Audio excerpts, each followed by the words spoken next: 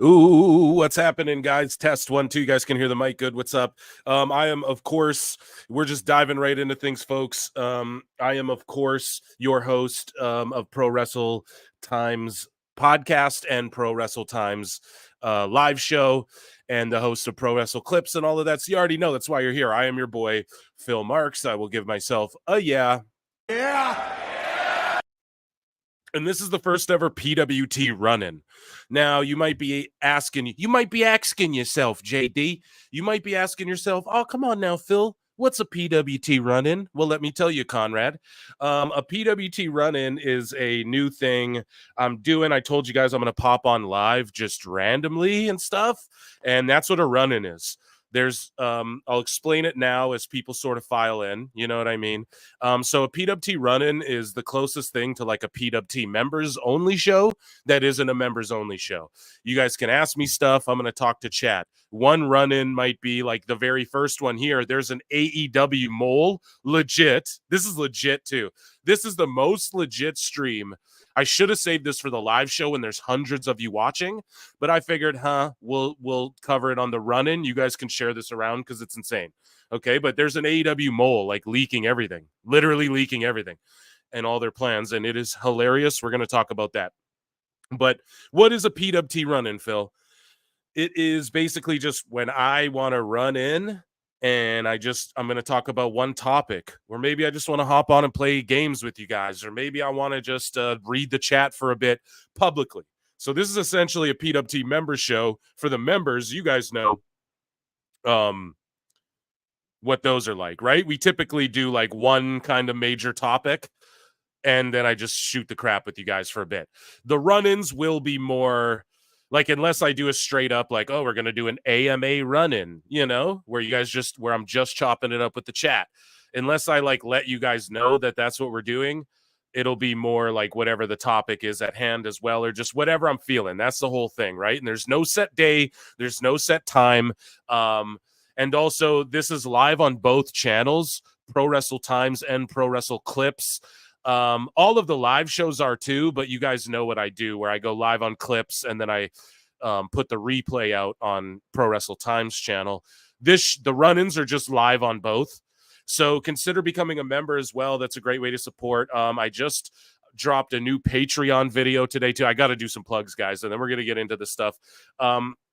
But these are, I just did a new Patreon video. Sorry, I'm jumping all over the place. I have a nasty head cold. If you guys hear me sniffling and coughing, I ain't pulling the Sean Ross Sapp. Okay, I'm over here blowing my nose. Legit, I have a nasty head cold.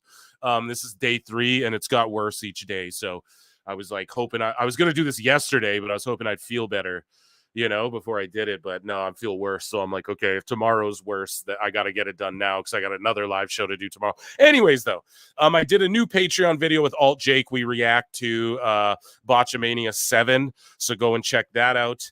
And yeah, I've been uploading to Patreon all the time and just, trying to do more live shows, trying to bring you guys more content.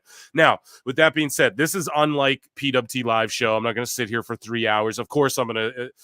It's Phil Marks doing PWT, okay? But it's not the same thing. Like, it's just, like I said, a run-in. I'm not numbering these. I'm not labeling these. They're just like when I want to pop. I might pop in and just talk some shit while I'm at the grocery store. Who knows? That's what these are for. And yeah, we're going to dive into it. And of course, super chats are always welcome. Of course, you'll get where it is like the live show. If you got something that really needs to be said, you become a member like this gentleman here, super chat something in, support the channel. Gilgamesh has been a member for 7 months, and he says, the best guys, Tony Khan. Yeah, so a good chunk of you guys have filed in here. And I'm going to dive into this mole stuff, and then maybe I'll answer some questions. You guys want to do a little Q&A or something? Maybe. It depends how much time we got because there's a lot to get to. But we're on to this early. And of course, like everything in the PWT universe, it's all interconnected here, folks. Okay, so it is, I get it. Like the live shows can feel episodic. And then sometimes I'm like, well, I covered this on PWT podcast or something. So you just got to make sure you try and tune into all these things because more of this mole situation, mole, is going to play out on the live show and stuff. I just know it. And yeah, let's dive into things. Make sure. Sorry, I'm getting a question about any signs of little man. We'll talk about that later, but yeah, things are chilling. We're settling down over here. You guys know what I mean? I like to hold my cards close. I'll fill you guys in as time goes, but things are amazing, and obviously because I'm here doing the damn thing. You know what I mean? Squared Circle podcast by Marie Shadows. Also, I gave you a wrench because you are my dog, and so make sure you check out what she's doing. She did an amazing breakdown of just the Kyle Fletcher stuff. Everything Marie's doing over there is just amazing. Make sure you check her out, sister channel, if you will. Maybe not sister channel, but sister friend of the show. You know what I mean? So make sure you check out what she's doing over there. Okay, so let's dive into this whole mole situation. Mole.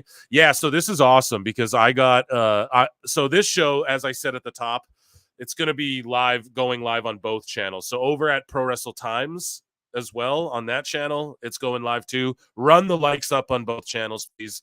I'm not going to ask for 100 or anything like that because it's all split up. So either way, love you guys. Let's get into things here. Jeepers, I got a nasty head cold. So I'm going to share my screen here, and this guy's got an eggplant. I love Phil Marks. Oh, well, thank you. Excuse me, guys. I am coughing. So yeah, we're almost at 100 people. I'm sort of kind of milking it just so we can. I knew people were like, "Oh, he's gonna be live on a Friday. Let's go!" Yeah. So, and I'm coffee waffy, and we are gonna dive into this. I promise. One second. Two more of you are gonna get in here. I know it. Once we're at two more, we're at 100 across both channels. Okay, fuck it. Let's go. I should be smoking right now, but I am. Okay.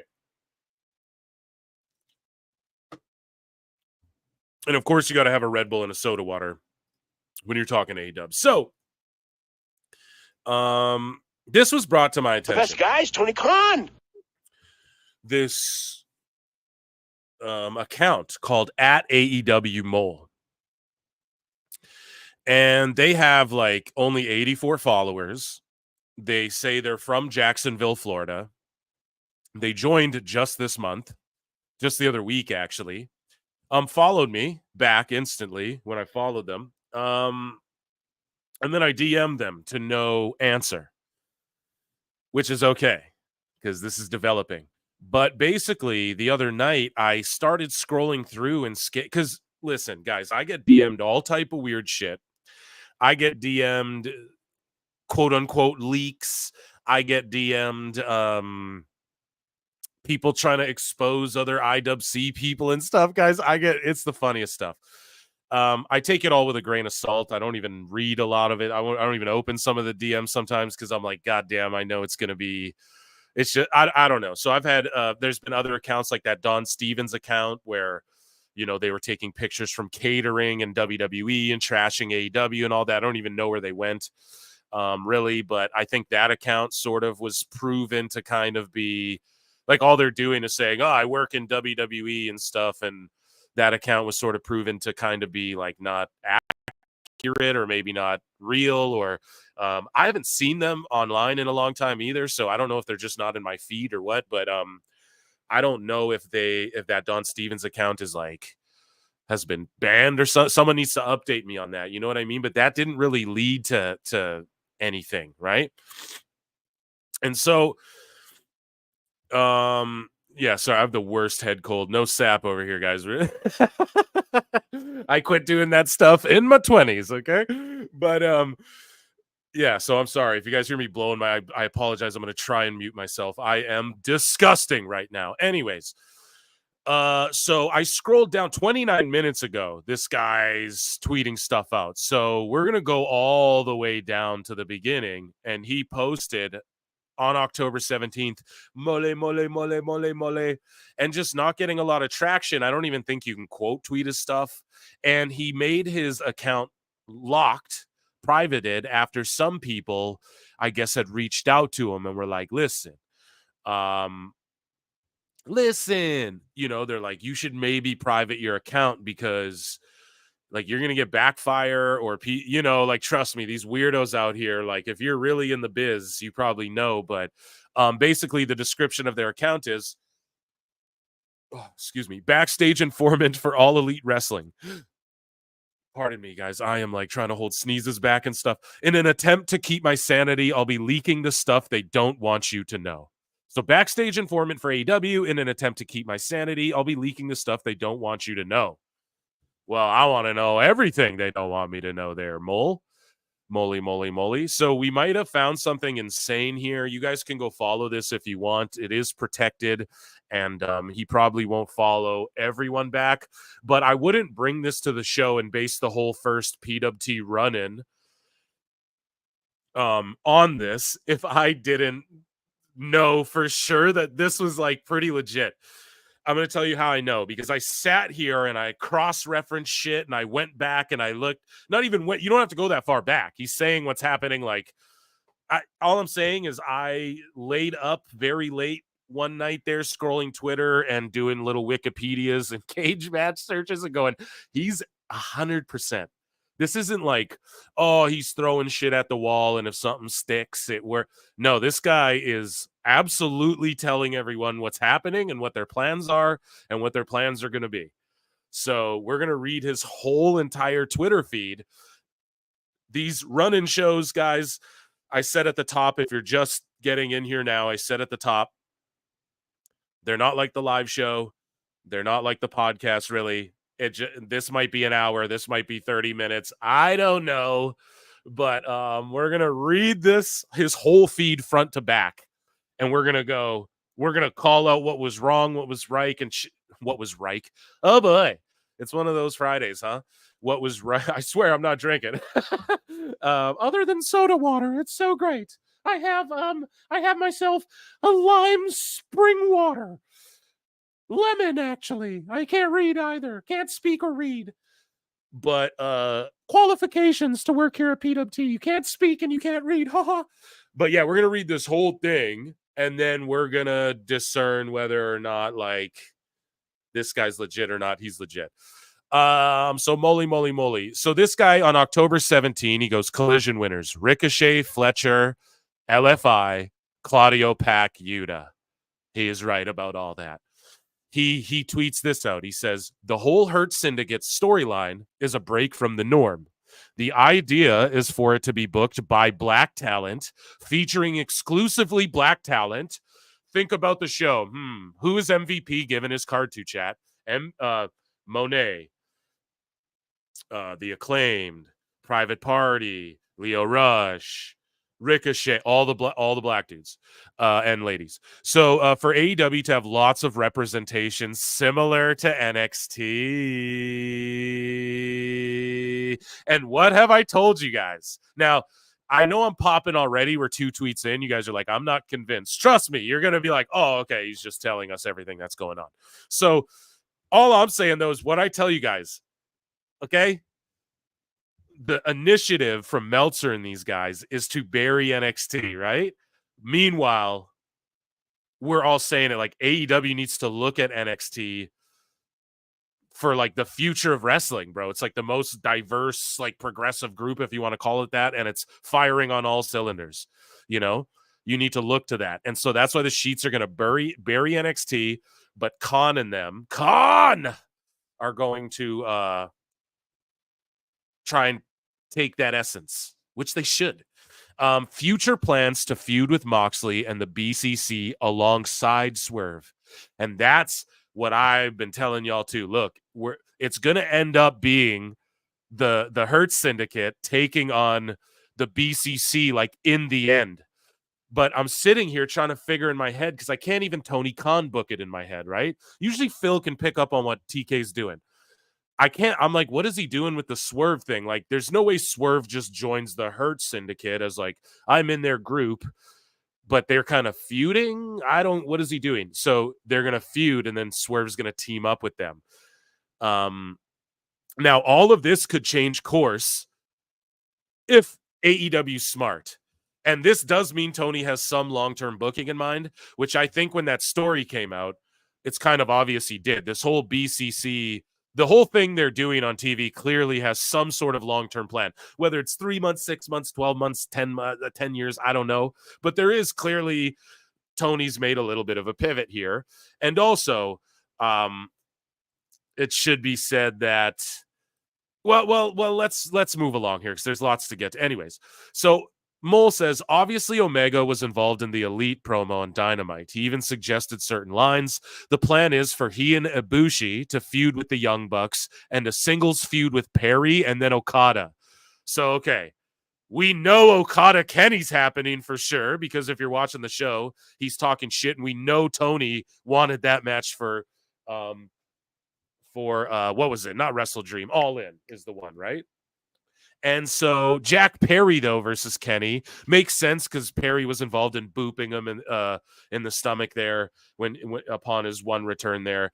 So it does sort of make sense, but no one wants to see that at all. And this is a reminder. This guy's posting all of this because he's going insane working in AEW. And then he says also to Konosuke Takeshita if possible and continuing his feud with Don Callis. Okay, so another Callis Omega Takeshita feud maybe. Of course, these plans could change now that I'm bringing this up, he's got 80 followers. After this show, he's probably going to have 200 followers, and then I'm going to get thousands of views on this after I clip it, and then we're off to the races, right? This is going to get out there, and the plans might change. However, guys, and I'm sorry I'm blowing up this dude's spot, but it's what I do here on PWT. Okay, I blow up the spots. If you're talking graps, we're going to blow up the spot. Here's the other thing, too. If they do course correct, which I don't think Tony's creative enough to do that on the fly the way WWE does, WWE floats stuff out there so that they can course correct. They float stuff out there already course correcting in their brains, right? AEW is still, they're not on that level yet. They don't know how to do that. At least Tony Khan doesn't. And so all I'm saying is if plans change, that's fine, because this guy's, as you will see as we get into this, is literally telling us exactly, not just like this guy beats this guy on Dynamite. No, he starts telling us exactly as the next tweet we're about to get to. Okay, what's going to happen and shit days before it happens. Okay, so just keep that in mind. If the plans change and Tony Khan listens to PWT Confirmed and he catches on and shit changes, okay, we know that this mole was correct because look at the stuff he's saying. He goes on October 17th. Sorry.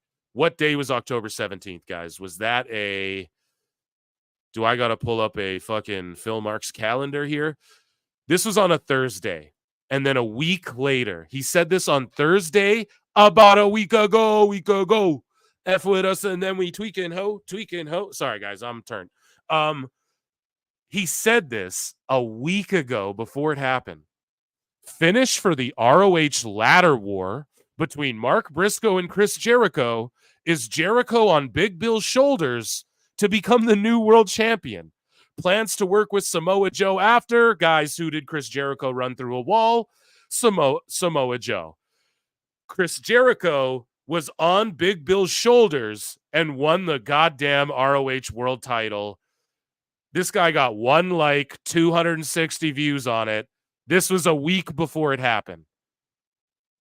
Tony Khan, long-term booking, confirmed. The best guys, Tony Khan. But for real, Adrian Pfeiffer, a member for 2 months. What up, bud? Insane. So literally we're like 4 tweets up and he just knocks a grand slam homer. No one could ever. So now I'm watching this guy, and this is before he's private, and I don't even slide him a follow yet because I'm like, I don't want people catching on to this. You know, I gotta study this guy for a minute. And so that's insane how he got that so right.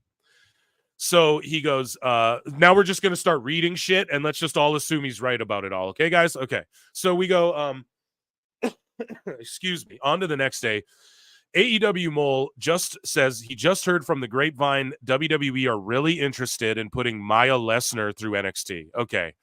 That's not a grapevine thing, and anything he says about WWE until he hits a homer like that last tweet, we're just going to keep it with a grain of salt, okay?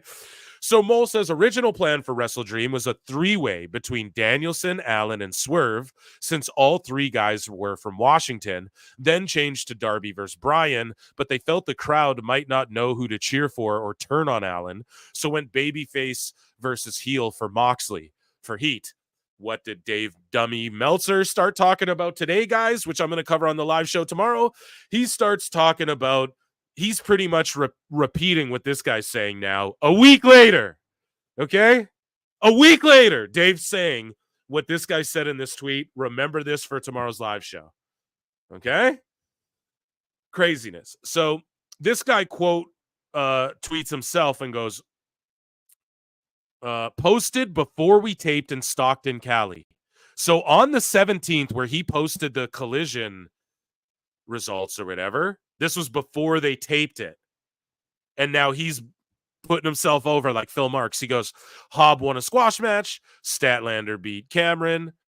Oh, like, look, Hobbs won a squash match. Statlander beat Cameron, is going to be facing Camille in preparation for her match with Mercedes. This was a week ago. They announced that she's facing Camille on Dynamite 2 days ago. This was a week ago. This guy said it. Guys, chat. Holy, let's go. Let us go. And this is the first channel covering this. You know what I mean? That's all I got to say. Make sure you share this around. So, this is a week before, dude. Now they put up the graphic. Camille versus Statlander. Okay? Orange beat Bulk Bronson, whatever. Garcia and PP beat PAs. Whatever that means. Perv alert. No, I'm just joking. We know what that means. So, upcoming matches on AEW TV. Jericho versus Briscoe. This was before they announced it. Statlander versus Camille. He's right. Statlander versus Monet. He's right. FTR. So this is where we don't know fully. But if you watch Collision, it seems like we're headed. It seems like this could make sense. FTR versus Roosh and the Beast Mortis. Okay.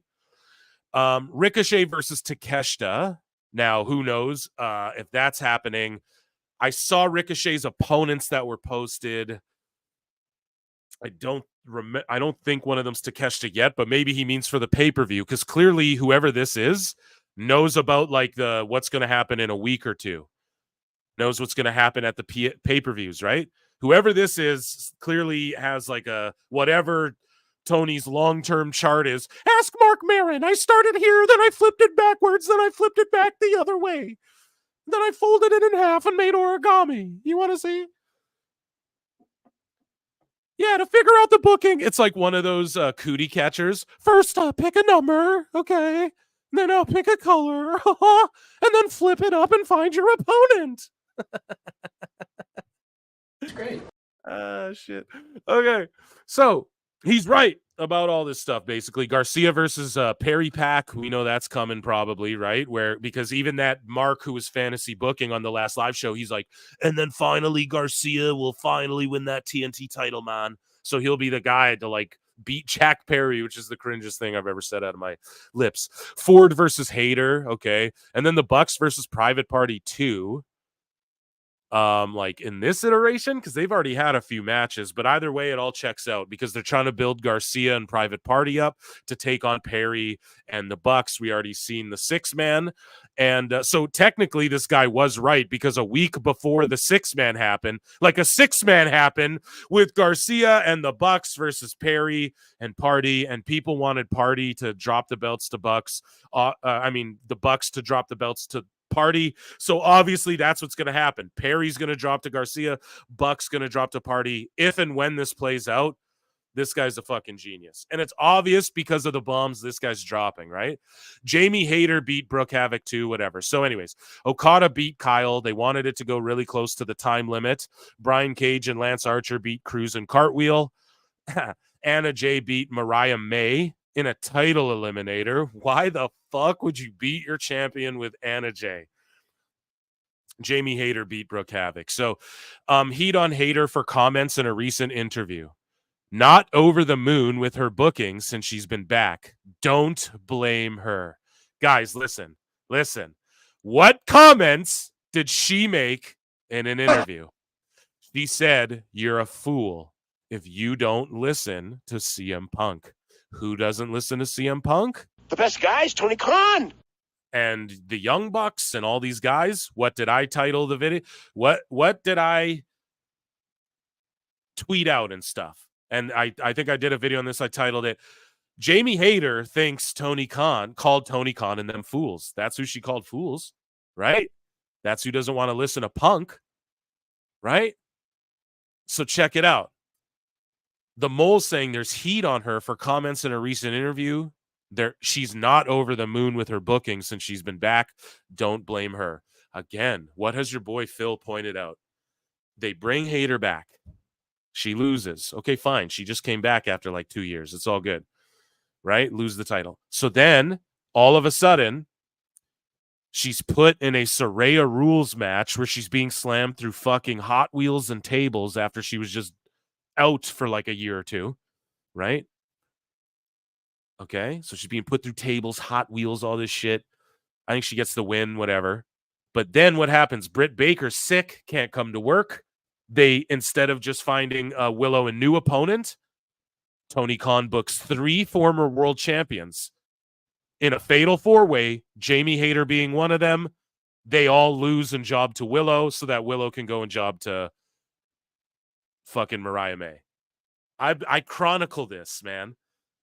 So no doubt Jamie Hayter doesn't like the booking. And I know a lot of people are like, Jamie who? When I'd bring her up, go to the early PWT days. I'm putting Jamie Hayter over more than anybody. And I'm like, you guys need to watch her. It's a goddamn shame. It should be her versus Saraya at Wembley. Before the first Wembley, I was like, it should be her versus Saraya, man. Like, what are we doing for the title? Like, da-da-da. I've been saying it, dude. She's not happy. She called all of her bosses fools. Apparently, there's heat on her. We will keep track of that if she ends up on Collision or Ring of Honor. You guys heard it here first, okay? Some people in the company seem very confident Owens will sign with AEW.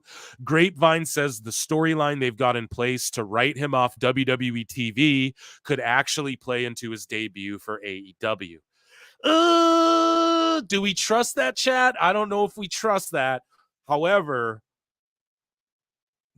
they didn't do that with Ricochet. I mean, what could you do? Him wheeled out like Zack Ryder in a with a neck brace and a fucking boot on, like in a wheelchair, you know, like after Braun Breaker destroyed him. But who knows? Like, so that means Owens is leaking the WWE plans to the AEW side to try and get a story to tie together. Is that what you're insinuating? I don't know. But apparently Owens is staying with WWE so far. Again, remember, guys, this is October 18th. So a lot of the stuff he's saying, I mean, contract negotiations could change. Like I said, WWE stuff, grain of salt. AEW Mole says, small business, everyone knows everyone, which is so goddamn true, though. That's the thing. It's a small business. Everyone knows everyone in it. So Motor City Machine Guns originally were meant to be starting in NXT. So, like, okay, listen to this. He's saying exactly what I said, which is exactly what fucking Husey told me. And then I told you guys, this is probably what's happening. And then Mole is seemingly agreeing with me. This is before he followed me or I followed him, okay? He goes, small business, everyone knows everyone. MCMGs originally were meant to be starting in NXT and Penta and Phoenix on main roster. But due to injury time added onto Phoenix's contract, plans got switched around. They had merch ready and everything. I'm inclined to believe that because I said the same thing. I said the same goddamn thing. Motor Cities just went right into where the Lucha Bros were supposed to go. AEW Mole says Tony Khan's doing a CVV interview coming soon. Oh, snap. Oh, snap. Oh, snap. Giga Chad Van Vliet and Tony Khan. I wonder if he's going to call him on his shit. Now, again, I know Conan would melt down if you were like, well, you got to call him on his shit. And I know like Chris Connors melts down on me when I'm like, no, I wouldn't. If I'd be respectful too if Tony Khan came on, you know, my show. But I'd still hold his feet to the fire. CVV's the guy who'll do that. He's the guy that, and Ariel Helwani tried that with TK. And if you guys just go back and watch that interview where Tony's like choking, I need a second. He like goes off camera, starts guzzling fucking soda water.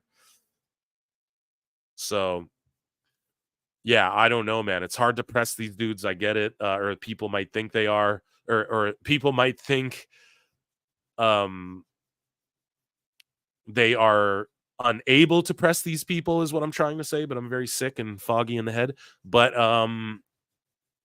no, it's easy. Just keep it real. Just be honest and it'll be fine, Anyways, a few of the Jacksonville or at the Fulham game, the week of All In, some were annoyed at the lack of opportunities to promote it, which there was no promotion for All In, and thought a Premier League game would have helped, but they sent the wrong people. Who did they send? Cassidy and fucking, you guys know who. We covered it on the show. A company-wide message was sent out on Phil Mark's birthday, released about politics and wrestling today. They're happy that WWE is getting bad press for the Undertaker, Kane, Trump TikTok. Guys, do you hear this? AEW's happy that WWE's getting bad press right now. They deserve it. Stop bullying us, but we're happy. But they're also getting good press too, dude. Like, I don't know, man. I live in Canada, so maybe, I don't know, maybe our news is messed up, but it seems, like it's sort of leaning towards old Trump-Arunski, I don't know. That's just me. But anyways, TikTok, but don't want anyone in AEW to reveal if they're Republican. I mean, yeah, that's just dumb to do. It doesn't even matter. That shouldn't matter. You know what I mean? Stop fucking telling us who to vote for. That shit should be kept private. I've said it before on the show. I was raised like, what color your skin is, who you sleep with, what God you pray to, who you vote for. That's all stuff that shouldn't matter. It just is the least important things ever in the world. Anyways, though, it's just like those are private things, and the content of someone's character, what they do for your community and shit matters more, I think. But hey, call me old soul Phil over here, old hippy dippy Phil. But yeah, this guy says, even though I know many have donated to Trump, they don't want anyone to know if you're Republican or not because you're going to get bad press, right? And we know that too. This guy says, even though I know many have donated, yeah, we know that too. We know the Bucks love Trump. We know Tony Khan and his dad. Rich people like Trump, period. Okay? It's just that simple. So even if they don't say it, they all do, or they're just likely misinformed and they don't realize, like, no, bro, you're going to get 60% of your money taken.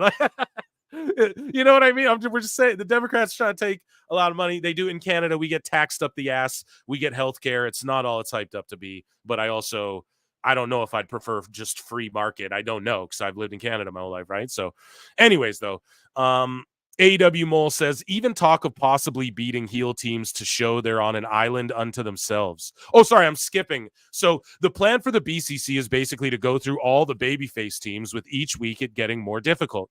Top Flight, Dark Order, The Conglomeration, The Acclaimed and Billy Gunn, The Bang Bang Gang, Private Party, etc. Even talk of possibly beating heel teams to show they're on an island unto themselves. Gates of Agony, Kingdom. Well, Kingdom just turned babyface. PAs, Learning Tree, HOB2, FTR, everyone basically. Any tag teams plus one, meaning like in trios as well. The BCC are going to beat their asses and whatever. So, I mean, that's kind of what's going on, right? So the Mole quote tweets himself and goes, but the destination is, what did Phil Marks tell you guys? Unless this guy's just listening to this show and repeating everything I fucking predict. Let's give it an X-Files. I mean, Mole says the destination is BCC versus the Hurt Syndicate and Strickland. And it makes sense because they don't got Cedric. It'll be after Swerve has feuded with Bobby and MVP. You guys, I wish I had a bomb sound effect right now. What?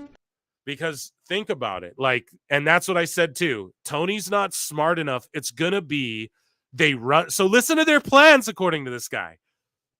The Bumbaclot Club, the White Pool Neo Moxley clan, are gonna run through every AEW team, and then it's ultimately gonna be the Hurt Business versus BCC, and they're gonna with Swerve, and they're gonna be the ones to thwart them. Did I not literally say that other than the with Swerve part? And I just kept speculating on Cedric Alexander. But I told y'all this. I've said on Twitter too. Tony's not smart enough. He's going to have Lashley and them beat the Bumbaclot Club, dude. And those are ex-50-year-old WWE guys. Now, I love Lashley. I'm never going to hate on Shelton Benjamin going and showing these kids how to work, man, and what to really look like when you're 50, you know? They're 50. You got better physiques and better in-ring acumen, style, pacing, selling, everything than you guys know what I'm saying? Than like some of the guys in their 20s there. So all I'm saying here is that I called it. If this is true, and it is true, we know it's true. That's why they're keeping them completely separate, because the ultimate move is BCC versus Hurt Syndicate. And this guy's seemingly confirming it, and that's how bad of a booker. It's going to flop, and it's going to backfire, Tony. Tony Khan, if you're listening, please listen to Phil, dude. Call me, DM me, okay? Bro, this shit will backfire because everyone's just going to point out that you brought in WWE guys and went through your whole OGs, and all it results in is Darby will eventually beat Lashley, like I'm predicting right now. Lashley will get the belt off Mox, and then Darby will beat Lashley in some hardcore shit. I'm telling you guys that now. That's a year in advance, but so far it's tracking. I know that's what Tony's going to do. And Orange Cassidy and them. Orange is going to step up, but he's going to fall short. And also, Garcia's exactly that, just going to get like, oh, he's going to get the TNT title, and then just no one will care anymore. You know, that's the extent of it. He's going to let Lashley come in and be the one to save AEW. And for what? A guy who could leave on a whim. You know what I mean? So yeah, moving along. After the MJF versus Adam Cole feud, they want to put Adam, Kyle, and Roddy back together. First feuding with the Bucks and Okada, and afterwards the BCC. No talk of bringing back Bobby Fish, as he and Tony Khan didn't click at all. Well, they put Adam and Roddy back together. So if Kyle eventually leaves that conglomerate group down the line after the MJF feud, this guy's 100% right. You know what I mean? As far we don't know if a feud with the Bucks and Okada, but makes sense. You know what I mean? Especially if the Bucks and Okada move on to the trios titles after they drop their belts or whatever, would make sense. But so far, this guy, I guess this isn't 100% yet, because we just seen Roddy and Adam get back together. Okay, his timeline's off a bit. So far, he's doing really well, though. Jimmy Jacobs is working for Maple Leaf. Shh. That's what I'm hearing, too. So just throwing that out there. Guys, he had a good relationship with D'Amore, and also he does have a good relationship with AEW still. This guy's about to jump in and break down why, and it makes so much fucking sense. Okay, this guy's going to break down the relationship between AEW and MLP. This is, oh my God, so juicy here, and it makes so much sense too. So, sorry, I had to hydrate. He goes, on the subject of Scott D'Amore, they enjoyed the TNA partnership, but didn't like the aftermath and accusations of using them. That's been made clear, like on this show. Ant Evans put that out there, you know. Some paranoia, TKO let him go. AEW would hire him, and he'd be a mole. Ironic, I know. It was no secret he would start a promotion. Yeah, we heard that too, that, you know, Ant said, you know, if he started his own thing, don't, you know what I mean? Like, we pretty much knew if Scott D'Amore couldn't control TNA, he has the money and the mind to just go start, and the connections to just go start his own shit. And that's what he did. Amazing. But the mole says here, though, they enjoyed the TNA partnership, but didn't like the aftermath and accusations of using them, because the Anthem people have come out and accused Scott D'Amore of all sorts of things, right? And AEW, well, okay, I'm jumping all over because he is referring to AEW here. They enjoyed their partnership with TNA, of course, because they just shit all over TNA. They just got nobody over and shit all over TNA. So then, but AEW didn't like the aftermath and the accusations of using them. Hey, man, have some like self-awareness, Tony Khan, you know? But AEW, so there's some paranoia that TKO would let him go. AEW would hire him. So this is he worded this weird. I'm going to break this down because he explains it further. I'm going to tell you guys what he's saying here. He's trying to say that Tony has paranoia that if D'Amore got hired by AEW, like let's say they brought D'Amore in because they do like him. They're not like against D'Amore, and that's why D'Amore never talks shit about AEW. We covered it here on the show. Tony went on TNA and talked shit. D'Amore never wanted to fire back. Ant Evans was like, bro, I wrote you lines, just little quips. It won't even hurt anyone's feelings. He's like, let's not do it. Scott D'Amore didn't want to fire back. Why? We're about to expose why.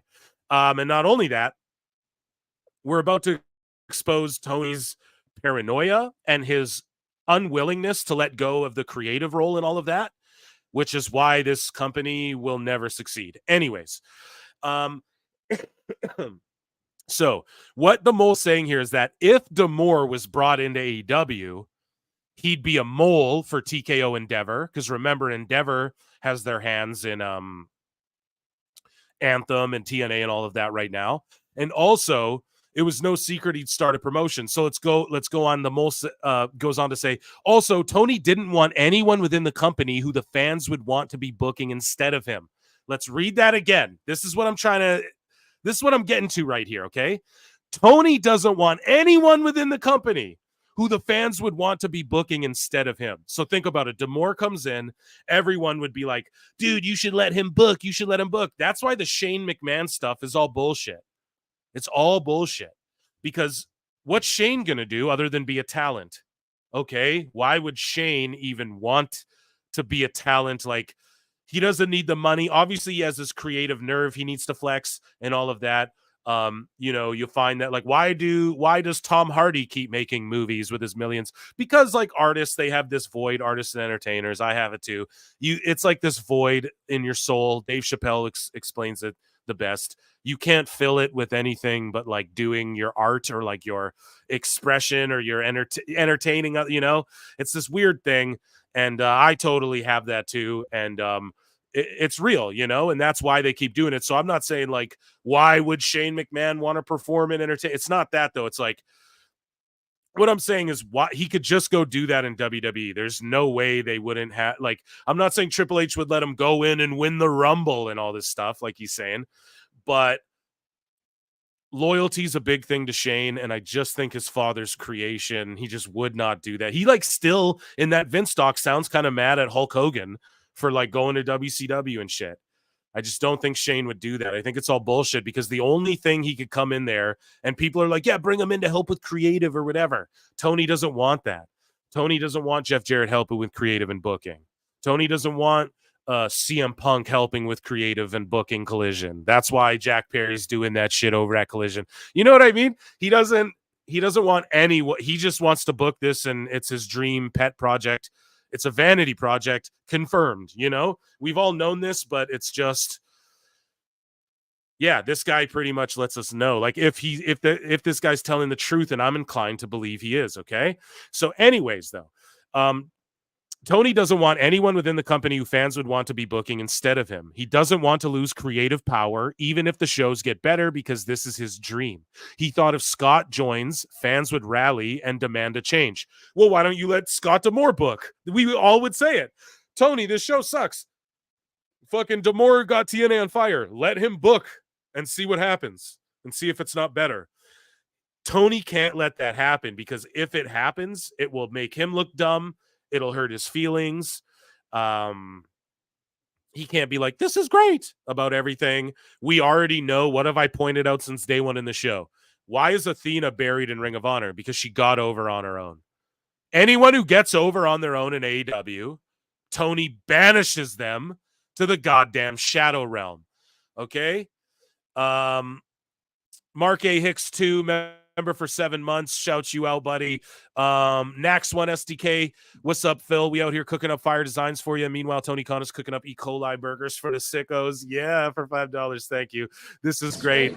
I'm on one, Nax. Appreciate you guys. Go check out Nax's Instagram. He's like a crazy good graffiti artist. He whipped up some stuff for PWT, and I don't know. I'll figure out what to do with it.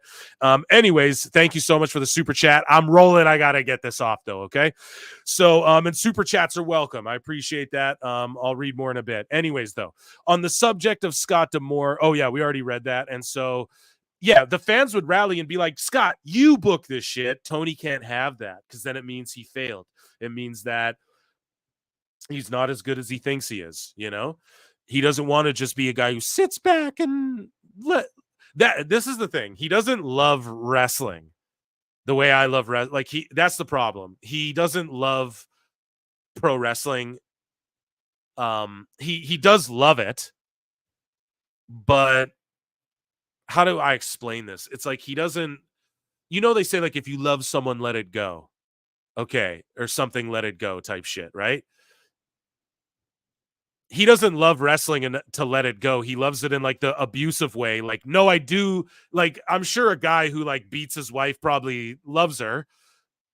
Like in a way, I bet if you hooked him to a lie detector test, he could pass saying, yes, I love her. But he's got some fucked up thing with women. You know what I mean? That's Tony's weird thing with wrestling. He's got this weird thing where like he thinks he needs to be the guy to book it and all this shit. He can't just be the dude. He doesn't love it in a way where it's like, no, I got the money and I love pro wrestling. Let's like really make a good show and really compete, really make a run. He has to be the one to do it. He has to be in control. The power.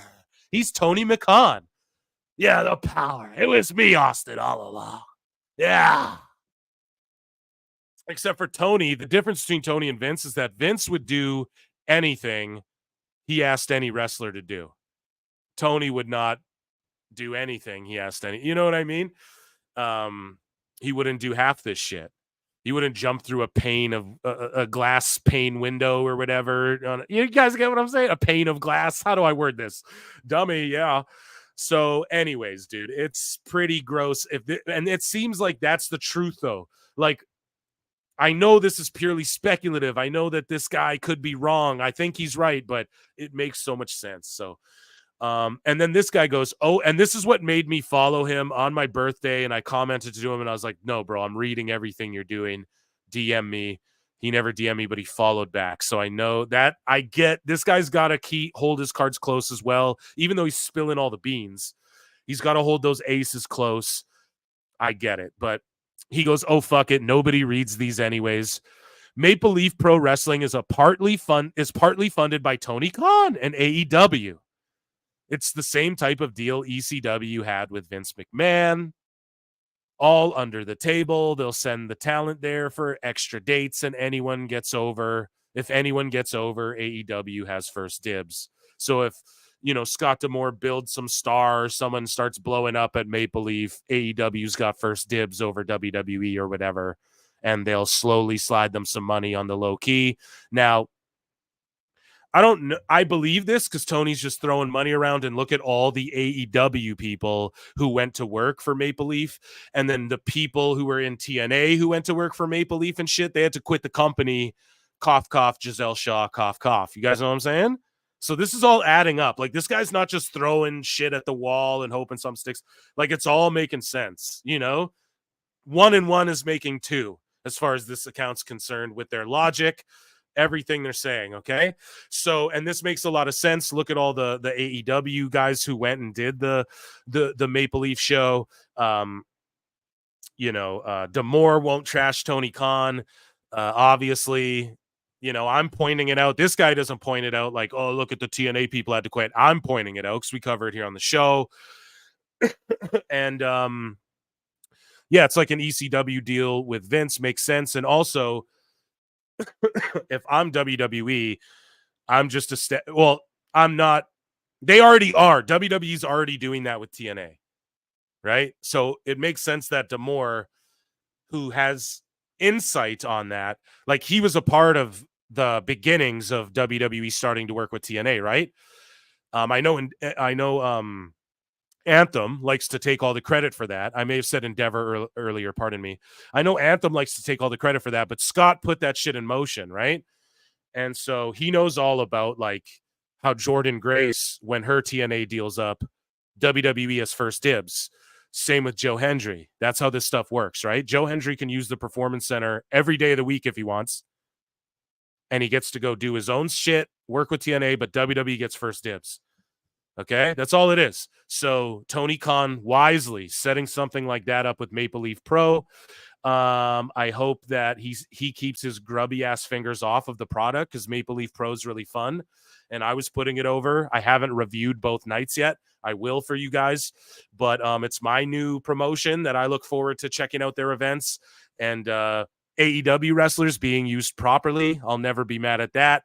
It's only a matter of time, though, until Jericho shows up, though, with his fucking crew and all of that. I know it, but for the time being, it's good stuff. But this is a bombshell. This is a bombshell, okay? If Tony Khan is low-key funding. Now, here's the thing.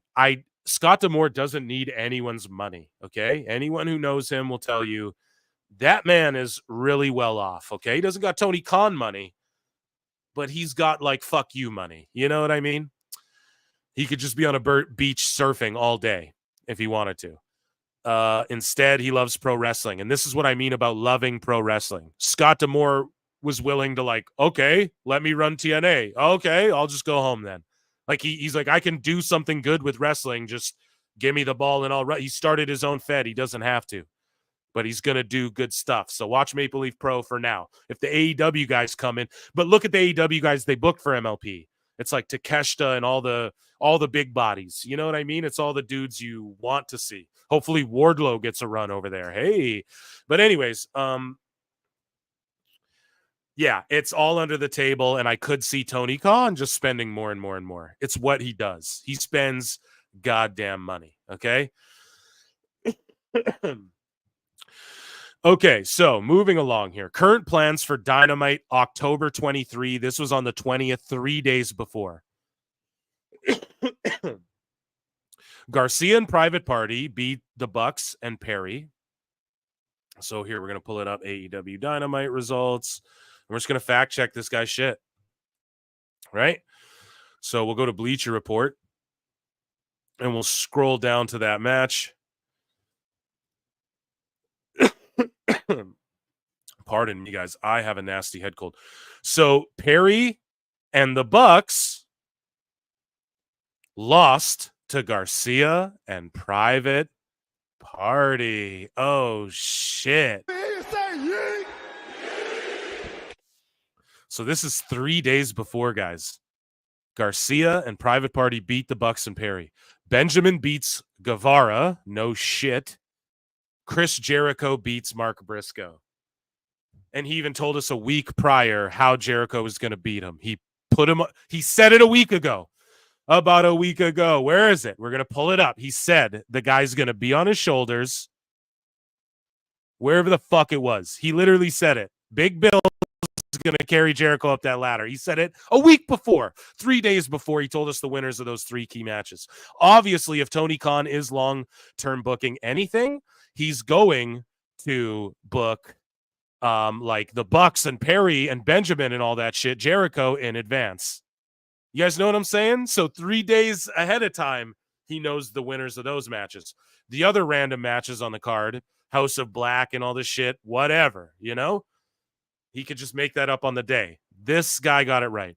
On October 20th, he tweets out after that, chaotic and unorganized AEW. So this guy's backstage pulling hair out of his head.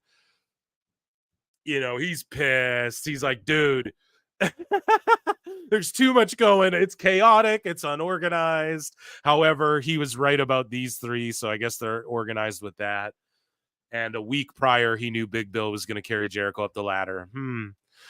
So HOB is going to win a squash match on Dynamite. They won a goddamn squash match on Dynamite. So he's like sitting there in the meeting tweeting this out while they're going over creative. He's in the fucking room with Tony Khan. There's no other way he gets this shit right. This is Jimmy Jacobs right here. This is Will Washington. It's like, man, fuck this place. You know what I mean? It's got to be that. It's got to be. This is Ricky Starks' burner. You know? Free Ricky, dog. What are we? Who is this? This is Jeff Jarrett, homie. Like, this is fucking Alvarez Burner. He's like plotting his escape to get out from Meltzer's shadow, you know? Holy man, this is crazy.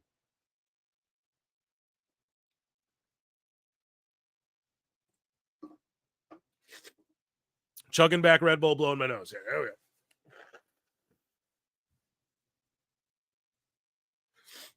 I'm so fucking sorry if you guys hear that. It's disgusting. I am disgusting.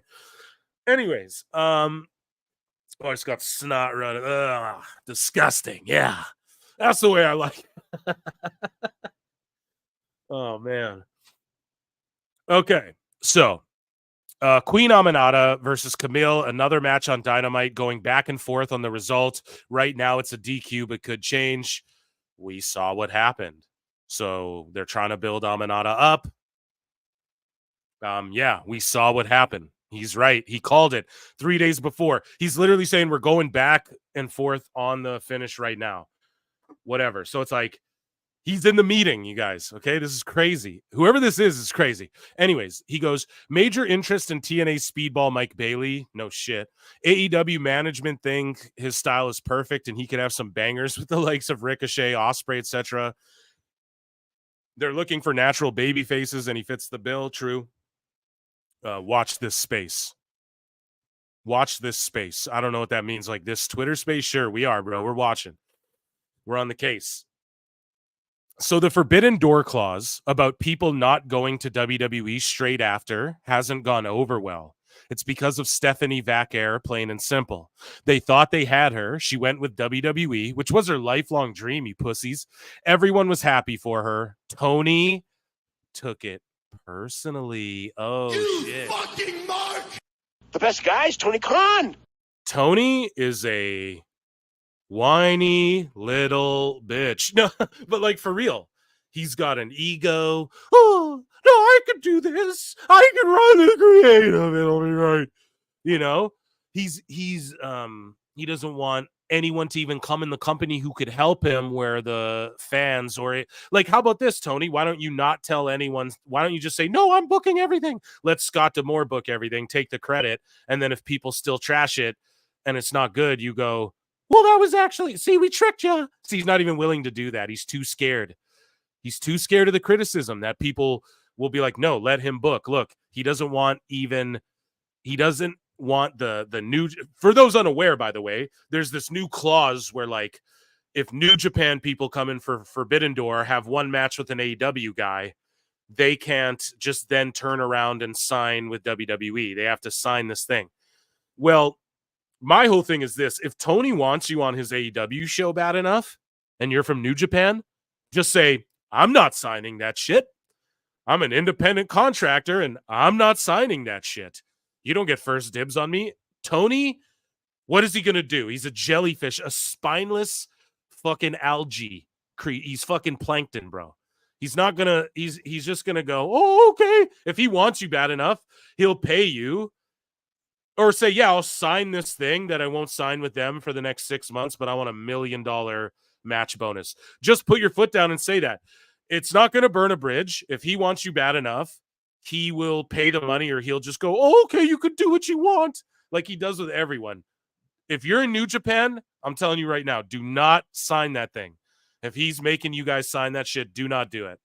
He has no backbone. There's nothing that's making you do it. Unless New Japan goes, oh, no, we'll fire you. We'll punish you if you don't sign it. Unless they start saying that, in which case start plotting your escape from there too. But I don't think Tanahashi-san's saying that to anybody. Just say no. Put your fucking foot down. Anyways. Yeah, so Tony took it personally that Vaquer went and followed her lifelong dreams. Tony took that personally.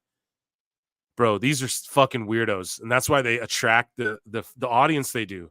You know what I'm saying? The AEW mole is Fred Savage from Austin Powers. Exactly. What? That's what he posted a gif of at the beginning. Mole, mole, mole. Chris Perry for $2. Thank you so much. But yeah, dude, she's living out her dreams. In my opinion, Vaquer works better than like a lot of the main roster girls too. But I know people are going to melt down. Oh, come on now, Phil. That's not very fair if I start naming people. So I'm going to give it some time. But to me, Vaquer is already better. Vaquer, pardon me, is already better than. I'm not even going to name people on the main roster. Okay. I'm sure you guys can figure out some of them, but okay. So her dream is to go to WWE. She's going to be a huge star. Fuck you, Tony Khan. You can't take that personally, especially when like Tony just throws a bunch of money at people to get them on his side, and WWE's like, it's all good, you know, for the most part, from what we've seen. You know, I know they like to make up the lie that, oh no, they tried to get, what about Swerve, Phil? No, they tried to bring all of Hit Row back, and Swerve didn't answer his phone for them and said, talk to my people. So that's his bad. You know what I mean? Anyways, though, Will Washington is doing a Game of Thrones type elimination behind the scenes. Jimmy Jacobs was first. Oh, shit. Guys. And we heard rumblings of this is sort of what happened, right? Will Washington cozied up next to Khan, dude. He took Jacob's spot, cozied up next to him, right? He's doing Game of Thrones type. What is he doing? Is he interfering with Jericho's play? Who knows? But we said it before too. If Tony starts turning down some of these creative plans some of these guys have, you know, there was a story we talked about on the last show, I think, where, you know, Tony was like, I think it had to do with Jericho. I don't want to talk out of my ass, but either way, I think we covered a story where Tony said, like, he did turn something down we heard a rumor of or whatever. And it was like, damn, you know, maybe people are getting in his ear the right way. Well, Jimmy Jacobs is gone and it's just Will Washington. And we watched the NFL Films thing and Will Washington's just right there at Gorilla on the monitors with Tony. And if this guy's, I mean, anyone could predict this, but this guy's so right about Dynamite shit. Why wouldn't he be right about Will Washington? He's obviously right there with these other guys too. You know what I mean? So that's all I'm saying. If you're close enough to Tony to know how they're going to book these people, you're close enough to know what Will Washington's doing. So, yeah, guys, with the likes, I mean, there's like 300 of us watching. We're split across 2 channels here. So, run them up. You know what I mean? Let's get to 100 on the Clips channel. Yeah, we're at 69 likes, 300 people watching. I said I wasn't going to ask for any, but god damn, you guys, this is huge stuff. Get the likes up to 100 or I'm going to play Chris Jericho. I mean it. I will play Chris Jericho on the run-in show, okay? Run those likes up. So AEW Mole tweets out after the Will Washington bomb, he goes, Samantha, shh. He's been right about everything else. And I'm telling y'all, of course they're going to say, no, she's not going to WWE. Blah, blah, blah. I mean, AEW after she left WWE, blah, blah, blah. Of course she is. Of course she is. Of course she is. And not only that, Tony, I could see Tony doing this too. Not even hiring her as a ring announcer. Should be like the fill-in ring announcer. And she'll do backstage interviews and shit as well. I could see him doing that. But of course she's going to go there. He's going to, what did Samantha say? I want to go work on my music career. Well, I love Samantha Irvin, but guess what? Everyone's doing in AEW. Working on their music careers. Monet, Leo Rush, Swerve Strickland. They're all working on their music careers. The guy from The Blade and the Butcher, fucking Brody King. Yeah, I mean, I can name 7. Fozzy. Tony Khan pays Fozzy's tours. Seems like they could just do a whole Max Caster. Austin Gunn has a music career. Do I need to name more? Sorry, guys. Sorry. But yeah, Samantha's going to AEW. No shit, you know, and I'm not getting mad at the Mole. I'm just saying, like, to anyone who's like, no, for real, it's cool. No, she's going to AEW. Won't be now. Won't be. It'll be in like 6 months. It'll be after they get married. They have their honeymoon. Ricochet comes back. After his hiatus, because, you know, he's just on Rampage matches and shit already. So he's going to take some time, marry his wife in a few months. Then she'll come and be on AEW for sure. She's going to get paid 3 times what she got paid in WWE.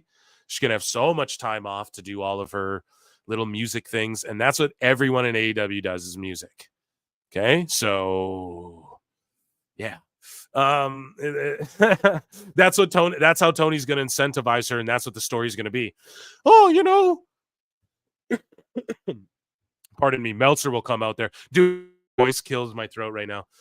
Meltzer will come in and go, actually, they incentivized her, said that, lots of time to, actually work on her music, was the reason she, chose to go, with AEW. You know that's going to happen. Anyways, the Mole puts out this thing and he goes, hey, where did they get that, I wonder? So let's read this. So all conversations that are held back of house at AEW shows or scheduled events in person or virtually, including talent meetings, are confidential and are not to be discussed publicly. Directing abusive, profane, or threatening language towards AEW. So I think this is what JD posted when he was beefing with Dax and Tony and shit. I'm covering all the JD drama on tomorrow's live show, guys, and we're going to watch Bound for Glory as well. Talent and employees must maintain proper respect for AEW at all times.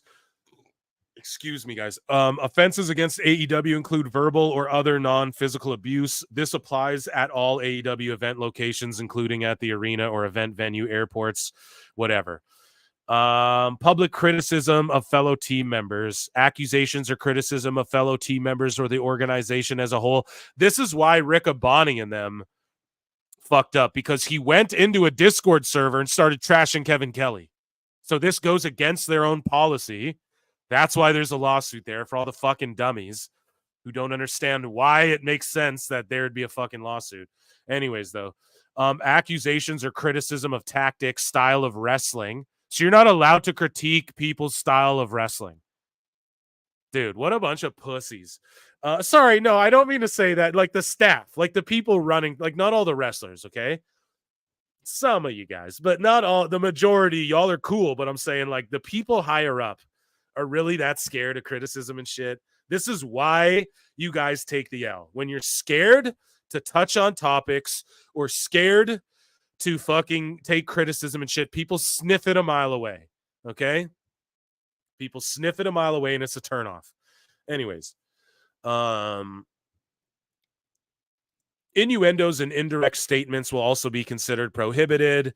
Okay, unauthorized media engagement, interviews, anonymous sources. Instances of anonymous AEW talent being cited by media as sources of information will not be tolerated. Oh my God. So then so Tony goes against his own shit when he texts Dave Meltzer. When Dave Meltzer hops on his whole ass show and goes, well, many backstage say this. That's literally him saying many anonymous AEW people backstage think this. That's what he's literally doing. And Tony's and their whole policies, that's not allowed. But that's what Dave's whole shit is. Holy fuck, guys. Let's go. We're getting a Dave 2-for-1 today. We're exposing him. Let's go. So, I mean, here we go. Interviews and public comments that is critically important to whatever. Criticism of AEW, which includes but is not limited to the following. Comments regarding the quality of AEW's management team. You can't question management. That's why Jamie Hayter got heat. So to bring it back, why did Jamie Hayter get heat? She called all of management fools. They don't want to work with fucking CM Punk. You guys see what I'm saying? She ain't happy with her booking. We're going to see how that develops, okay? Other members of the roster or ownership, including our TV partners. Whoa, hold on a second. Other members of the roster or ownership, including our TV partners. Further confirmation what Phil speculated upon for like the last year. WBD fucking owns some of the, just further confirmation of that. I know we know that now, but, and I'm the only one saying it. Jericho owns some of AEW. So does fucking Dave Meltzer. I truly believe. Someone prove me wrong. Mole, prove me wrong, dog. Does Jericho and Dave own some? Yes or no? Put the fucking blue heart emoji on your page if you hear this. And they own some shit. Just put a blue heart, tweet a blue heart out, and we'll know. Anyways, publicly accusing owner, whatever. Positive post, so you can't criticize Dave either because he owns a piece. Hey, let's go. Anyways, posting negative or derogatory, demeaning content pertaining to AEW, its owners, its partners, or its sponsors, currently DraftKings, Price.com, and State Farm on social media, blah, blah, blah. Amazing. This is such amazing stuff from the Mole. And you guys get why I couldn't just bookmark every tweet and go to the live show. Nah, first ever run in. Hit that like, hit that subscribe, please, and thank you. Run the likes up. Anyways, the Mole says, expect Chris Jericho to suddenly start mistreating Big Bill and Brian Keith out of nowhere because he's scheduled to take some time off and wants a rebrand. Jericho is going to take time off and wants another rebrand. Oh my God, are those likes at 100? They better be at 100 when I check. Oh my God. Guys, Jericho is getting another rebrand. We're at 98 likes, guys. I look and see it's not just me. I swear to God, we will play the rest. Two of you hit that like. Anyways, so he's just going to start mistreating Big Bill. You know what? Good. I don't want Big Bill to get the ROH title, but can we get a Big Bill solo push or maybe stick him with his wife, Lexi Nair? Is that her name? I apologize if I got the wrong backstage lady. She's involved in Ring of Honor stuff, and she does stuff with Athena, and it's great. She's so good on screen. And again, Tony just has her buried. Meanwhile, Alicia Atout, I'm sorry, is not charismatic. In my opinion, she just ain't, like, whatever it is. She's dating MJF, guys. I'm so sorry. So sorry. I'm the one to say it, and I love my Canadians, but Alicia Tout just has no vibe or charisma, in my opinion. It's just random backstage lady. Big Bill's wife, have her manage and mouthpiece Bill and let him just come in and do his little, whatever. That's me fantasy mark book, and I don't know. But either way, yeah, hopefully Big Bill like choke slams Jericho through some shit, and then that's the end of it. And then it makes sense too if Jericho comes back rebranded and then takes on Joe and they do like a one-on-one type thing. And it also doesn't say he's dropping the belt, right? But earlier this guy said Jericho's going to feud with Joe. We will see how that develops. The Mole says Kyle Fletcher will explain his actions for turning on Will on Dynamite. Again, when was this? We need a Phil Marks calendar here.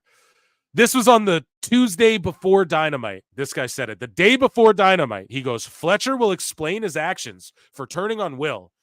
Always thought he was better. Felt tagging with him was beneath him. Didn't want to work for Dawn.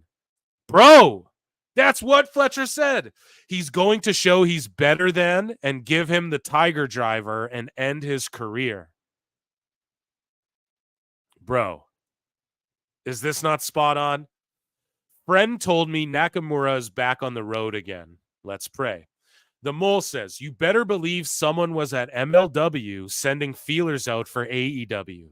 Let's just say someone who was in TNA for a while might have been asking a guy who faced a current AEW wrestler at the show if he fancies coming to Jacksonville, and he just might.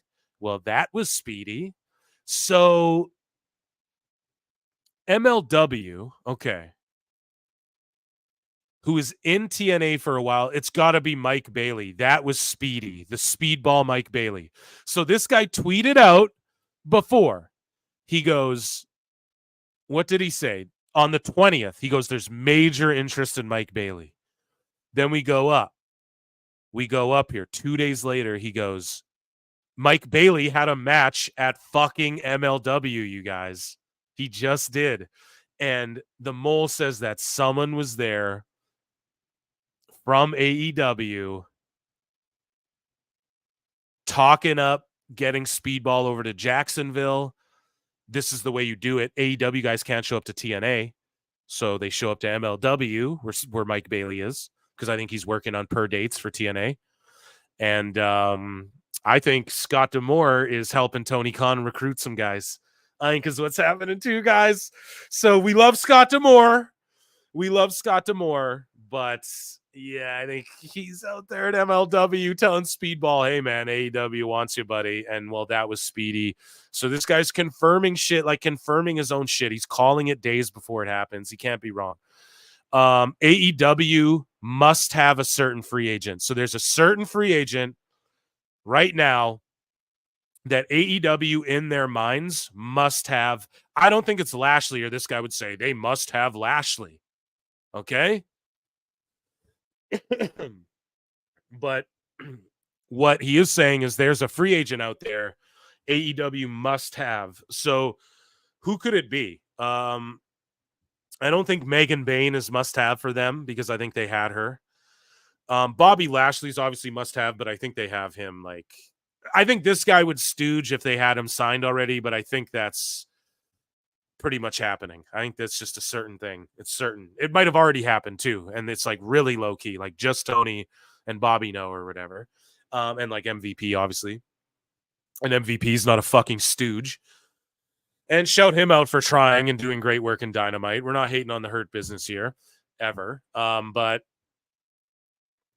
a must-have certain free agent. I'm trying to think, like, did somebody's contract come up? Is it Kevin Owens? You know, is it someone we don't know about, or is it like a free agent that's floating around we all know about? We know Nick Nemeth has been on appearance basis as well with TNA, and he's been doing the podcast rounds with his brother.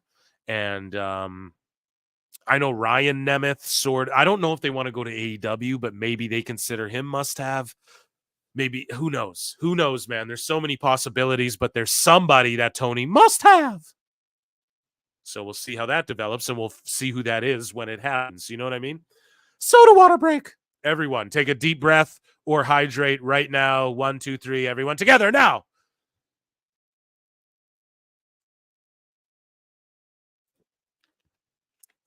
There we go. I hope that felt good. Okay. So, see, I take care of you guys. Anyways, the Mole says, as usual, plans coming in late for Dynamite. Fletcher explains, this is the day before Dynamite, guys. HOB over enhancement talent. Queen Aminata versus Camille, currently DQ, and they're going to go 50-50. So they booked Aminata to go 50-50 with the heater, with Mercedes Monet's heater. Bro, this is why the company's dying, dude. And I love Queen Aminata. We put her over on the live show. They need to push her more, absolutely, but this isn't how you do that. Shelton over Sammy, Jericho over Briscoe. He got it all right. Moxley angle posted Tuesday, right? So he's saying, I already posted this. Salt Lake City, Dynamite. Ask me anything about a normal Dynamite day. So this guy says, are there any details about Brawl Out that haven't gotten out yet? Does MJF have heat with the roster? This guy says, the Mole says, all the info that came out was very deliberate. I wasn't there, so can't verify firsthand. See, that's what I mean. This guy's like, I wasn't even there. He's not just, he doesn't claim to have info on every goddamn thing. He's saying if he's not there, he's saying, I heard through the grapevine when he thinks it's a rumor. But he's just stating shit that's true when it's true. That's why I'm inclined to believe this guy. You guys understand? Like, it's consistent. 300 of you watching, run those fucking likes up, or we're getting more Jericho. Anyways, he says all the info that came out was very deliberate. We all knew that. I wasn't there, so can't verify firsthand, but there's no reason for me to doubt people. Other than the hilarious insults, not really, from MJF. Don't think people realize how close the Elite were to leaving. They sent feelers out everywhere. Oh, shit, man. Acknowledge me. You guys, the Elite were going to leave. If this guy's telling the truth, then when the Bucks re-sign those NBA level deals, then Dave wasn't capping, and they really were testing WWE, TNA, New Japan, the Elite as a whole. So are we talking like Kenny, Bucks, Hangman? They were actually close to leaving. And Tony made the choice, and he went with the goddamn Elite, and that's why they did that victory lap. Fucking Mark! Bro, Tony had to make a choice. He went with the Elite, and they were going to try go to WWE.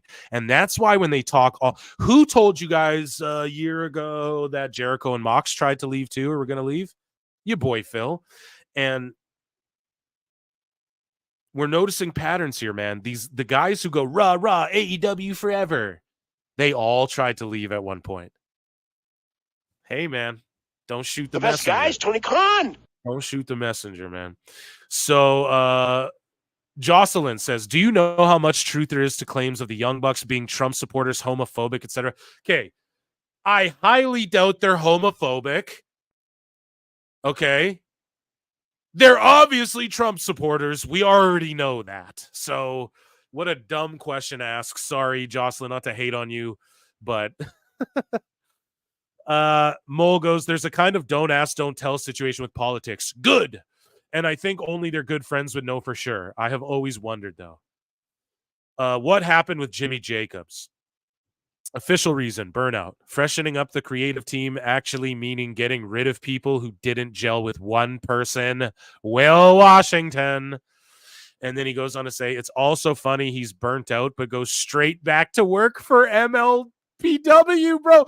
That's exactly it, too. That's what I forgot to point out earlier, right? Jimmy Jacobs was burnt out, so he left, but then he immediately goes to work for Maple Leaf and Scott D'Amore. That's how you know it's just Will Washington. That's how you know, guys, okay? You just use common sense. You go, oh, yeah, he was burnt out, but he went right back to work. Oh, well, Maple Leaf Pro doesn't run shows all the time. Neither does AEW. They do one TV a week. They do a taping a week. There's no house shows. How does that burn you out, bro? Imagine having to go to work twice a week. Okay, chat? You'd all cut off a leg to be able to do that. And then he goes, that should tell you everything you need to know. No heat either way, though. Yeah. So then Garden, Dose Evil, by the way, asked this question, Evil Dose. And he also had Jimmy Jacobs on his show. Evil Dose did a while back. So, excuse me. And they asked him, like, are you on Tony's Plains? And he's like, nah, that's Will Washington or whatever. So there you go. Anyways, Dose says, I figured he recently did a podcast. Oh, he mentions it there. There you go. So, pardon me. Corey Mitch, this guy Carbuncle, says, question, there has been so much back and forth on Ricky Stark's contract expiration. Is that soon or is he stuck for a while? The Mole says Ricky plays his cards really close to his chest and isn't one of these guys that gossips or feeds stuff to the sheets when it would actually work in his favor. Man, now again, I'm not one of these guys who's like, my sources tell me this. Guys, I fucking DM with some people this and that. I hear that like he could fucking Ricky. He's a good dude. If you watch AEW All Access, when Tony Khan's talking to him and stuff, Ricky's just kind of sitting there smiling. Oh yeah, it's awesome, man. Like he's just doing his job. He's a consummate professional, but they did him so dirty backstage. And yeah, that's just all I fucking, I'm not SRS here. I'm not here to leak fucking stories and stuff, but just from my understanding too, he could just bury everyone and he doesn't. And good on Ricky. Free Ricky is what we're getting at. Hashtag free Ricky. But that's what, so it's funny because that's what the Mole's saying here. Like if he wanted to, he could get the dirt sheets working in his favor with some of the shit he could put out there, but he won't do that, man. He's just going to, because he doesn't want to show WWE's one of those guys either. Right? You don't want to be a Dijak. You want to come in knowing, and this is only going to get him over more. The way he's handling this AEW shit, when he gets to WWE and then he lets the WWE people know backstage and shit, like what's going on with him, the rumblings that are around, or like what, some of the shit, it'll only get him over more with WWE management because they'll be like, wow, you really didn't stooge any of that shit, huh? Anyways, though, Mole says, I heard it's similar to Phoenix stuff, but paperwork ain't my wheelhouse. Guy is so talented, should be on TV. And this guy admits the paperwork ain't my wheelhouse. I'm not going to bullshit. I just know what's being told backstage. So this is Will Washington's burner. So Jeff Jarrett, what's up? Confirmed. Like who is it? It's got to be someone close who knows all the booking shit. They don't have production meetings. They don't have them. Conan and Meltzer confirmed that on the Conan Meltdown interview, right? So, yeah, who could this be? Who could it be? This animal that I do see. I can't remember what that's from. Anyways, though, this guy goes, makes sense. I would assume everyone makes sense. Does it? No, it does. I would assume they added injury time from when he fractured his neck in 2021. Ricky's there for I'm gonna say a couple more years from my prediction, like literally or we're going into 2025, so like a 2026, 2027. From what Phil Marks here's from what people say to me, 2025 and 2027 are 2 years where like a bunch of AEW deals are going to come up and shit. So next year coming up here soon, and then in 2027, those are going to be 2 key years for like, are people going to re-sign with AEW? I might have said WWE before. My bad. I meant AEW. So yeah, keep a lookout 25, 27. That's what I'm hearing. But again, I'm not the hot news. Don't fucking quote me. And yeah, shout out Dave Meltzer. Charge you guys $15 and claim it's news. That should have been my grift. No, I'm just kidding. So Alex Lamb says, what are the true feelings about CM Punk among AEW talent and staff? Thank you in advance. The Mole says, sounds like a cop-out, but it really is a person-to-person basis. Most never had a problem with him. Some did. The dust has kind of settled, to be honest. It was 3 camps, like, dislike, and don't care. I heard he and John don't talk anymore. John Moxley, bro. Him and Moxley don't talk, bro. Moxley was only fucking Punk invented the concept of the Shield, and Mox was in the goddamn Shield because Punk said, yo, we need this Mox guy, we need Rollins and another guy, and then they switched the other guy for fucking Reigns, right? So like, let's be honest here. They don't even talk because of this shit. Because, yeah, Rocky 3, I'm so cool, shooby-doo-wah-wah. Moxley, we bleed. Now I'm a Yahtzee now. Get it? You know? So, that's fucking terrible. Anyways, this guy goes, Blaine Wrestling Tweeter says, how much say does Jericho and Mox have over what is on an average Dynamite? Check this out. AEW Mole says, Chris has always had a deal since the start. He usually chooses his seg who to work if they agree. 15 plus men's build or match, whatever, been cooling off lately. Latest John story started of all him now with help from a few others. Okay, so the Moxley story is all him with help from a few others. And Jericho's been cooling off lately, but also apparently he's planning on taking a break. But he's always had a deal since the start that he chooses his segment, who to work with, blah, blah, blah, blah, blah. Why would he have all of that? Unless Phil Marks is right and he owns a chunk of the company.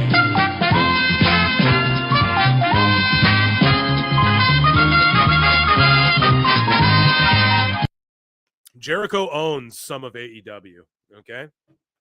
I'm sorry if that pisses people off, but he does. Anyways, and Jim Ross recently said, I think Jericho's going to retire in AEW, by God. Yeah, he's going to because he owns some of it. It's his business. So he's always been able to book his own shit. So, yeah, I know people want to talk, oh, Monet, she has her own writer. Chris Connor's always saying that. No, you don't get it. She does not have the pull you think. Tony Khan will not let Pepperman do his creative. She's just writing the promos and like maybe the little minor details with Monet, and they're all terrible. So yeah.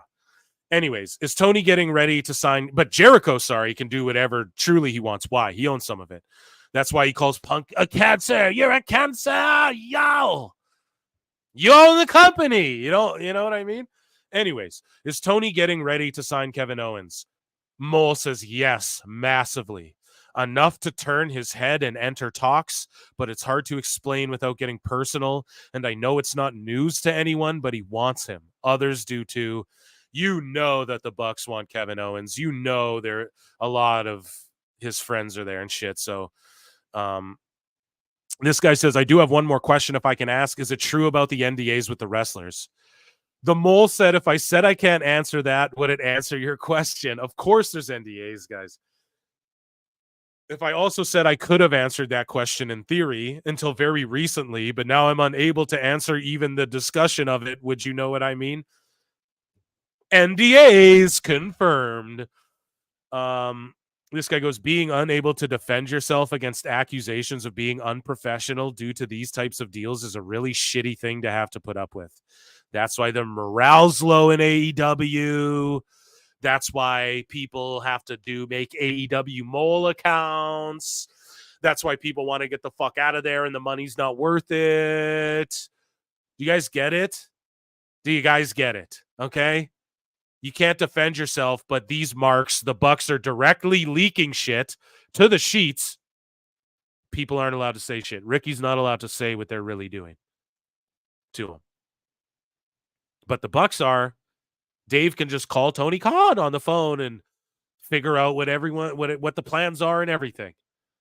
But these people get buried in the sheets and shit. They're not allowed to defend themselves. They're not allowed to explain why they're... Phoenix can't say anything. You notice only Penta made a statement because he actually can leave if he wants to. Notice Phoenix didn't say shit because he can't. Because he's under a fucking contract. You guys, man. This mole fucking dropped bombs, exposed to everybody. George Capture for $5 says, AEW Mole just accepted me as a follower. Let's fucking go. Mike Saucely's gifted a Pro Wrestle Clips memberships. Shout out whoever got it, and shout out you, Saucelays. Appreciate that a lot. Chris Perry for $2 says, if Mox and Jericho wanted to leave, why didn't they? Because AEW offered them more money, and Jericho got offended that because it was all over this Royal Rumble thing. Jericho was going to show up with Judas, with his AEW gimmick and all that shit.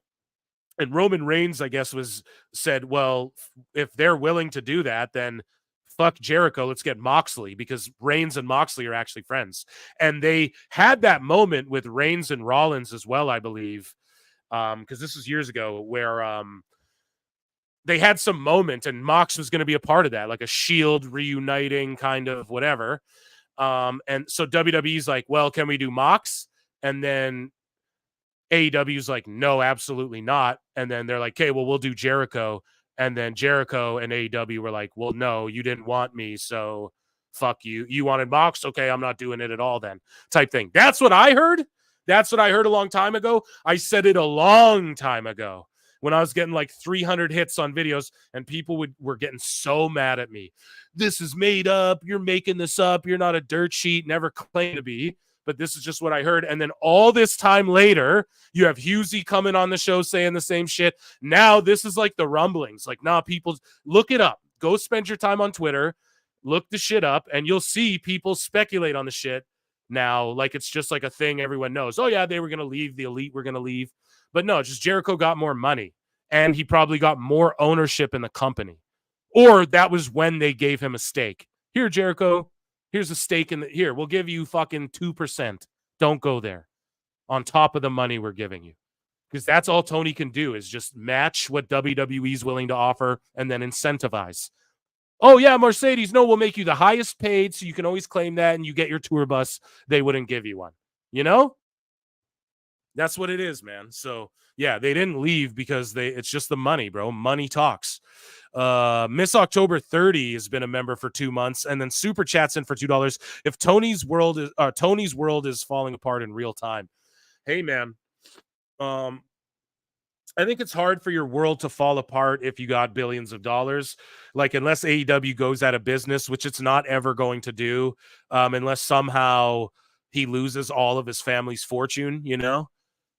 I don't know if it's, but this shit is being exposed, and the bad logic's being exposed, and the bad plans are being exposed, and the fucking winners of these shitty matches are being exposed, and my fantasy mark bookings being exposed in a lot of ways too, or being confirmed rather in a lot of these ways, with what a lot of this guy's saying. Sorry, my head is foggy, guys. And yeah, thank you so much for the super chat. Okay, let's get back into this. There's still a good chunk of stuff to get into. We've been going so long. I was planning to do this in like 45 minutes, but nah, it's pretty much a whole run in here. We're going full on couple hours here. How long have we been going? Let me check, actually. Almost 2 hours. So amazing. An hour and a half. So yeah, this guy goes, what is really... So these questions didn't get answered. I'm sure the guy has a life. He's in production meetings and all of that with Tony Khan. So moving along, this is on the day of Dynamite. The Mole says, Elite will lose. Shelton will win. He's just reminding everybody he was right. And so the Mole tweets out, let's just say Adam Cole isn't the only one with some old friends willing to watch his back. And then he goes, P.S. Yes, I know it doesn't make sense. Melting. So the plan is, right, guys, oh my God. So on Dynamite, Adam Cole gets reunited with Roderick Strong, who was a part of the Devil's storyline for a year where they tormented MJF, and now they're the Undisputed Kingdom has been heels this whole time still, but out of nowhere, they're just like, yeah, fuck MJF, man. We're all friends now again. And now they're just good guys. No explanation, no redemption arc, no storytelling. They're just like, Adam Cole's a good guy, and so is the Kingdom now. Right? After they hijacked our fucking shows, hijacked the Titantron, hijacked the production, jumped all the wrestlers backstage, tormented everyone, tormented our world champions, all of this stuff. And Wardlow was one of them. This guy's stooging that MJF is going to have Wardlow get his back against these devil guys when Wardlow was one of the devil guys. And even this guy, the mole's going, yes, I know it doesn't make sense. Because why? It doesn't make sense. But that's Tony's booking, and that's what's going to happen, guys. Wardlow is going to come and get MJF's back against Cole and Roddy and these goobers, all just because. You guys hear what I'm saying? It's crazy. And then where's the Wardlow MJF payoff after Wardlow squashed MJF? Like, man, we're going into a deep, dark, sad place with AEW and its booking, man. It's only getting worse and worse. If the Lashley shit versus the Bumbleclock crew is real, the BCC, I called it, and there you go, dumb fucking booking. If MJF just brings Wardlow back and he's with and he's not with the Undisputed guys anymore, because he hasn't been this whole time, he just disappeared. It's just dumb, nonsensical shit booking. And like, I don't know how they think this works. I don't know why they think they can just do shit like this. And my prediction is they're just going to have a segment where they're all in the ring and then Wardlow just attacks Roddy or some shit, or Adam Cole. And meanwhile, it doesn't make sense because all the heels were just like, yeah, we're good guys now. It's the worst. This is the worst wrestling show maybe in the history of mankind. Anyways, right here, guys. So listen, what did he say earlier? A must-have free agent. I'm like, I don't know about Megan Bayne. They had her. Megan. Dynamite coming soon. I think they scooped up Megan, or they've had her scoop Megan Bayne, or they've had her scooped up and they're not doing shit with her. And a lot of people were like, no, see, she's free. She's making indie appearances. My X-Files, my prediction is that they had her signed up. And then when everyone like myself started talking about they're just not using Megan Bayne. And I super chatted into Eric Bischoff's show, and he talks about how they're not using Megan Bayne. Now they're going to bring, and then all of a sudden what happened though, folks, she started popping up on indies, and then now she's going to show up in AEW. I think they had her signed this whole time. And good for Megan Bayne, and she's amazing. I don't even know if NXT needs her, bringing in Delta and all these girls. But yeah, Megan Bayne, if she shows up soon, again, this guy's right. And I believe she is, because I think she only started working those indies because everyone was pointing out how she's just been doing nothing. And Tony Khan probably clued in and went, oh, it's time we use her now. Same thing happened with Camille. Everyone started going, they're not using her, they're not using her, they're not using her. All of a sudden, she's being used. Right? So the mole says Mark got stitches. Mark Briscoe. AEW mole said, told ya. Right? He told us all of the booking for the Dynamite. Got it right. The mole says, I've got some of Kyle Fletcher's hair. Right? Because Kyle Fletcher shaved his head during the promo on Dynamite. He says, I have some of his hair going in the scrapbook because you never know. Guys, if he posts a pic of the hair, that's kind of hard to fake, no? Posting a pic of the hair, dude. I'm not going to ask him to do it, but if he did, that would go hard as fuck. Anyways, early plans for Dynamite. This is next week. So yesterday he said this. If on Wednesday's PWT live show, if this stuff happens, we're going to check in with the mole. And if this stuff happens, I mean, come on now. Unless because of this episode, Tony Khan and everyone catches on, and then they you know what I mean? They stooge him. They got, the mole, they could get him with a stooge test. They could dijack him if they're smart enough, right? They could give everyone some false shit, and then, or give everyone different story, and then the one that gets out, whatever. But either way, the mole says early plans for Dynamite next week, folks. So just remember this. Keep this in the back of your mind as we traverse this next oncoming week, right? Adam Cole versus over Buddy Matthews. He's even saying who's going to win. He's even calling out who's going to win. Cole over Matthews. Statlander over Camille. Swerve, Benjamin. AEW meet Bobby Lashley. Are we getting Lashley next week? Oh, shit. So we're getting him next week. Because I titled my live stream last week Lashley debut, because again, I'm no dirt sheet here, but the rumblings were like he's coming any week now. It won't even be a pay-per-view. They're gonna have him appear to hype their next pay-per-view, So this guy's saying Swerve beats the shit out of Benjamin in the match. Lashley comes out. Woo! The Bucks versus Private Party. Going to make a post about this later. So this guy's even got the Rampage results. He goes Ricochet over Nick Wayne, Takeshita face-to-face. Remember what he predicted before? He goes, or he didn't predict. He said Ricochet's eventually going to face Takeshita. That's what they're talking about.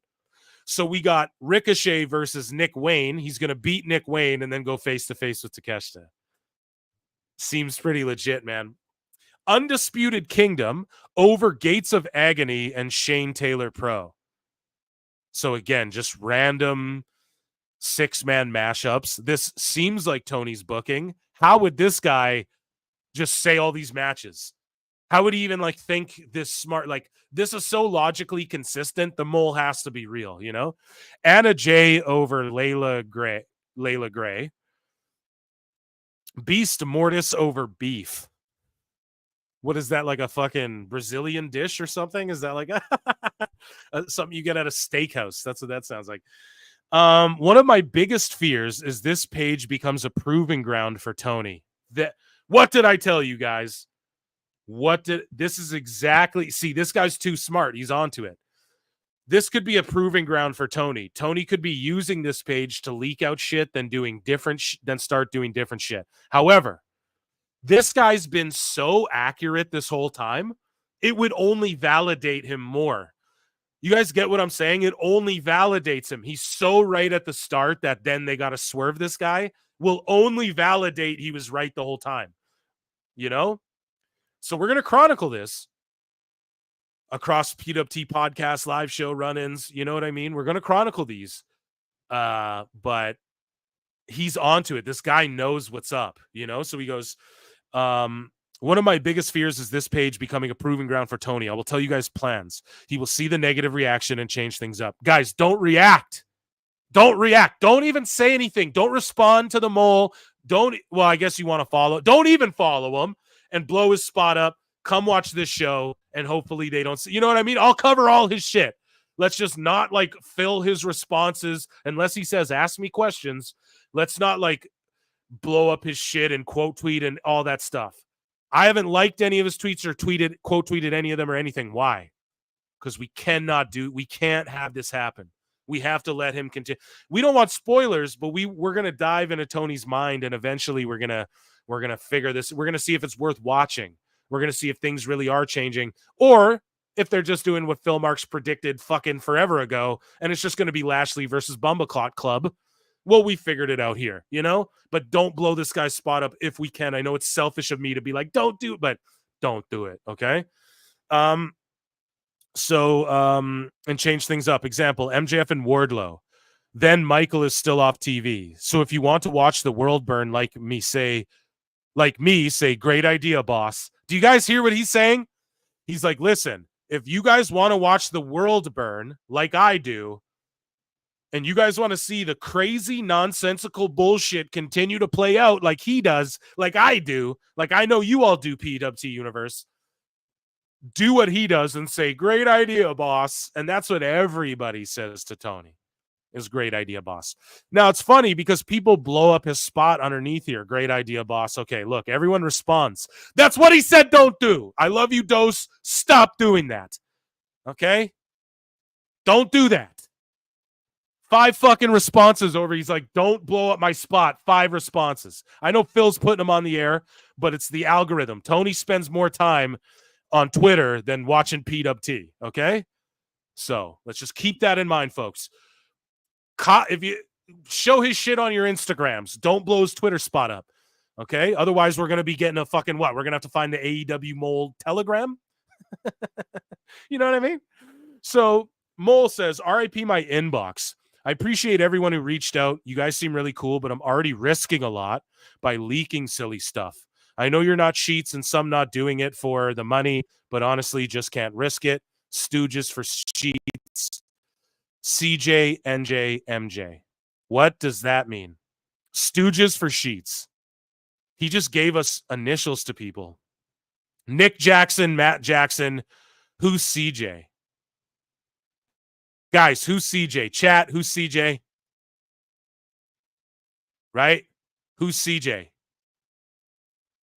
Because we got Nick Jackson, Matt Jackson, Stooge. Who's CJ? I know I just said it 400 times, but you guys tell me who it is. I'll read these super chats. George Capture for $2 says, Awful wants to come on to add something. Oh, shit, is that true? Okay, let me send a link out to him. See, this is the thing. Here we go. Here, I'll send a link out to him. Awful. I will do my best. Thank you so much. Chris Perry for $5 says, at the end of the Fright Night episode of Dynamite, TK brings out the whole roster to do the Thriller dance. Watch and see. Time God. The best guys, Tony Khan. Fucking amazing, dude. Chris Perry, that is the best booking idea I've ever heard. They'll for sure beat NXT with that. Thank you for the $5. Chris Jericho. Oh, clearly, duh. Here, can I give myself a dummy? Oh my God, how stupid am I? Dummy, yeah. Jesus, I've covered it on the show even, how he fucking clearly stooges to them. Yeah, so Chris Jericho, Nick Jackson, Matt Jackson. So then we have MJ from NJ going, please go private, right? And then Dose is in here. Well, I'm a lawyer. If you give me $1 or anything of value and confidence, I must keep it confidential. I responded to one tweet from this guy saying, DM me. I won't quote or anything. I'm trying to keep this low key. I know I'm blowing up the spot, but we can't let I'm so happy he listened to MJ and went fucking private. That's all I'll say about that. This guy goes, but how are we supposed to know who's leaking this shit? We're not. Don't be getting fired on our account. Exactly, don't. Also, there's Reddit 4chan to leak this shit out. Yeah, but that's cringe, you know? No one takes Reddit or 4chan seriously, bro. Like I said earlier, I honestly feel like AEW needs to be dramatically exposed. It is. The Mole's doing that. So, and that's why he's using names like CJ. He doesn't want fucking Chris Jericho to vanity search himself and see Chris Jericho is like trending, or this guy's tweeting out the truth about him or whatever. You know what I mean? Here, I sent Awful a link, you dirty SOBs. Hopefully I didn't just stooge all my DMs, whatever if I did. Nothing serious in there. Everyone's all scared of the bookmarks and the block feature and all that. I ain't.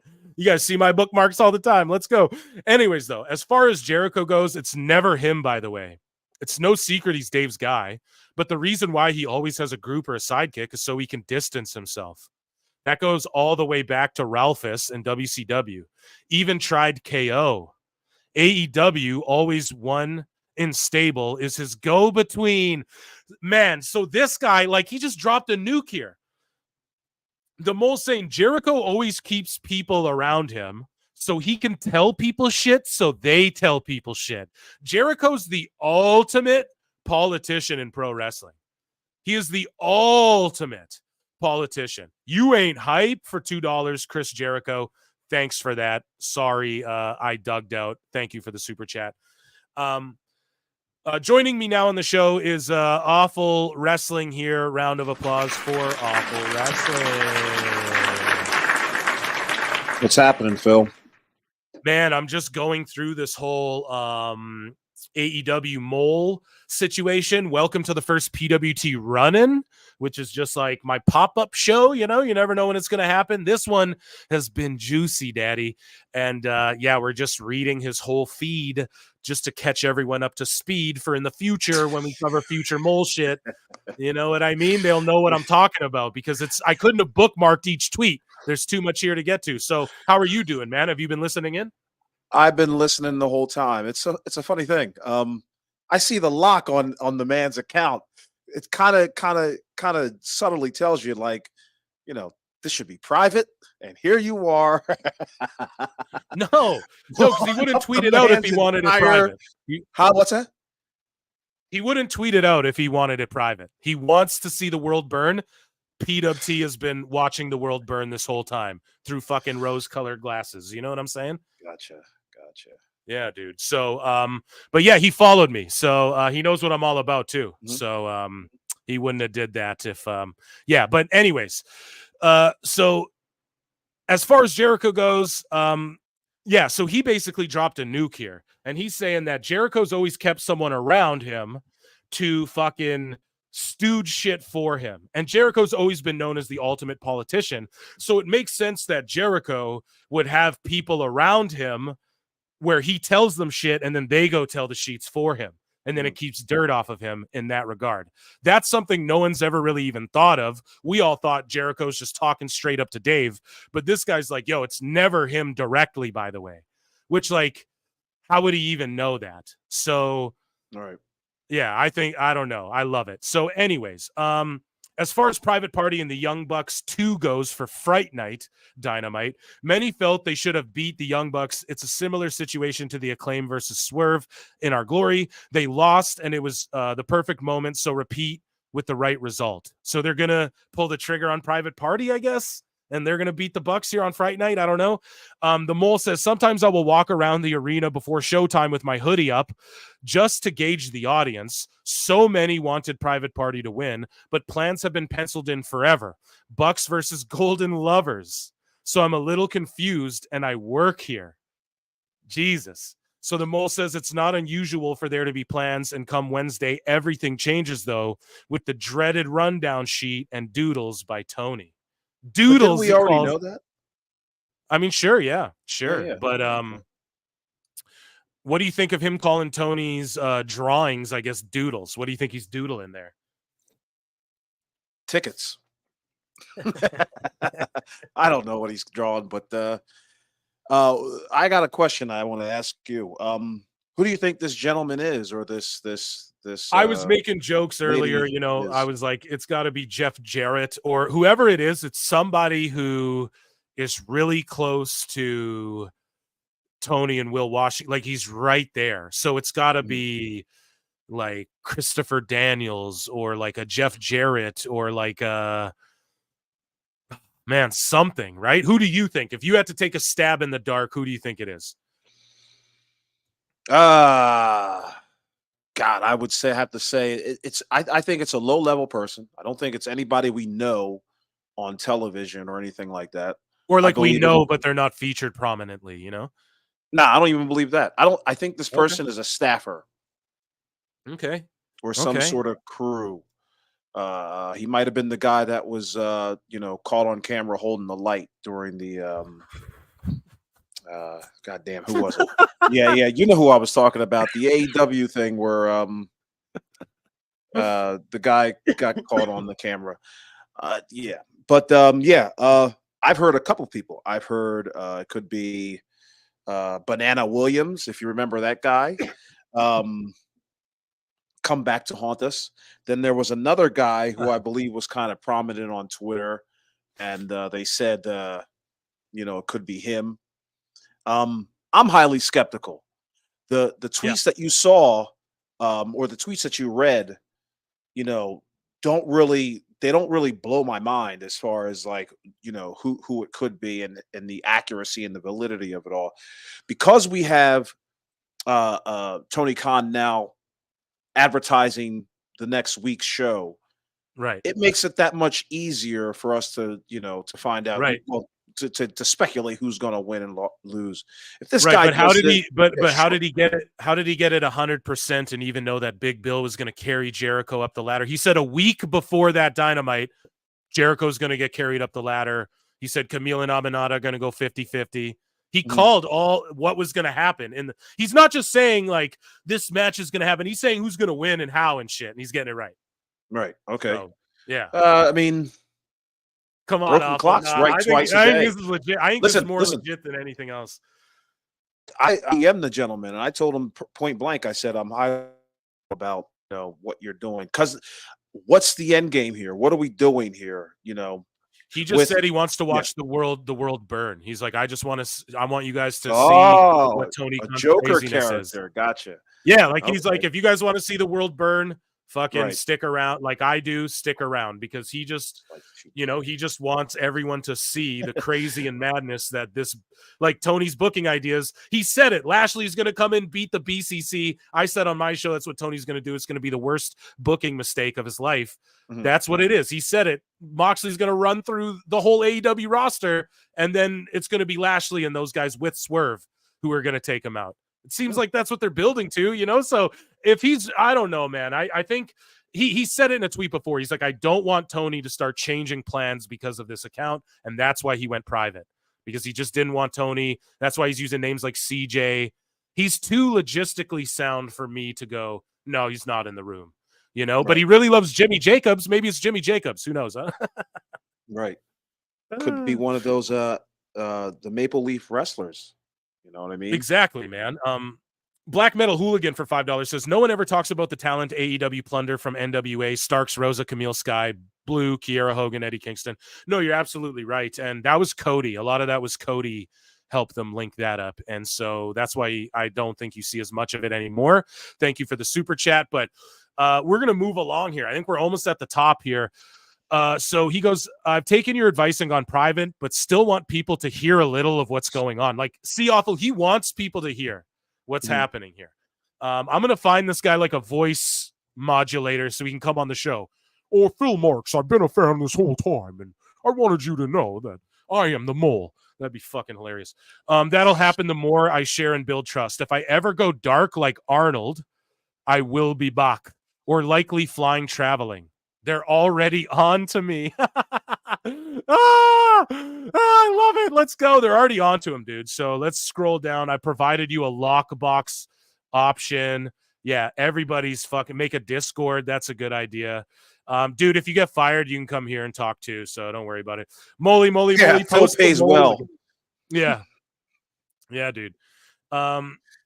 So this guy goes, can you guess who's going to be the heroes and save AEW from Moxley's gang of degenerates? You thought Max and Adam's storyline didn't make sense? Just wait for this one. It has to be Lashley and them, the Hurt Business. Penciled in plans to Swerve to feud with Hurt Syndicate, but afterwards, and this is the thing too, people are like, the Hurt Business, he's always calling everything by their proper names.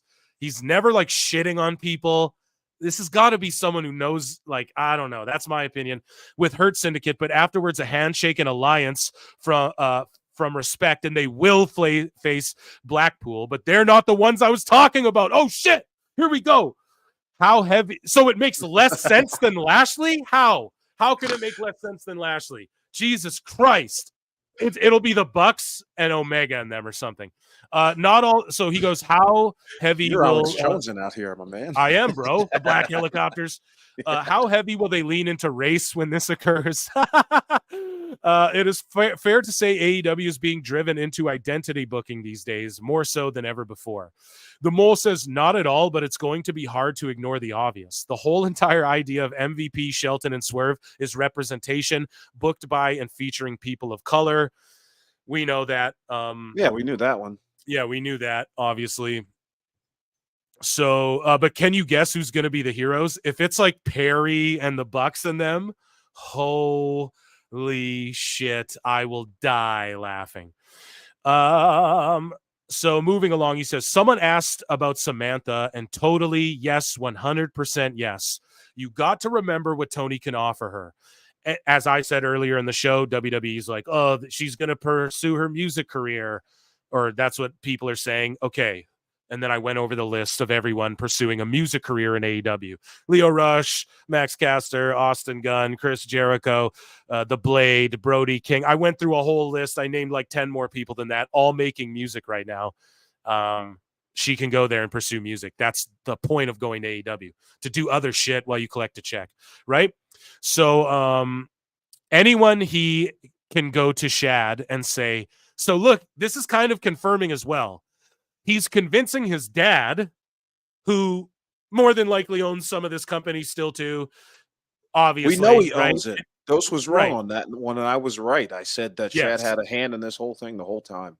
Exactly. And so awful. This guy's just putting it out there willy-nilly. No, he runs to his dad and anyone he can say, they'll a mainstream investment. This is an investment, a mainstream one.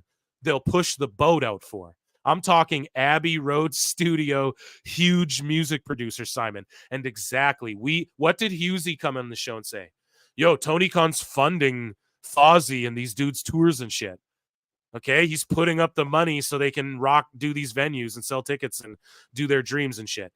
What's their attendance for Fozzy, by the way? I don't know. The last one I saw was Fozzy Ticks needs to become a thing.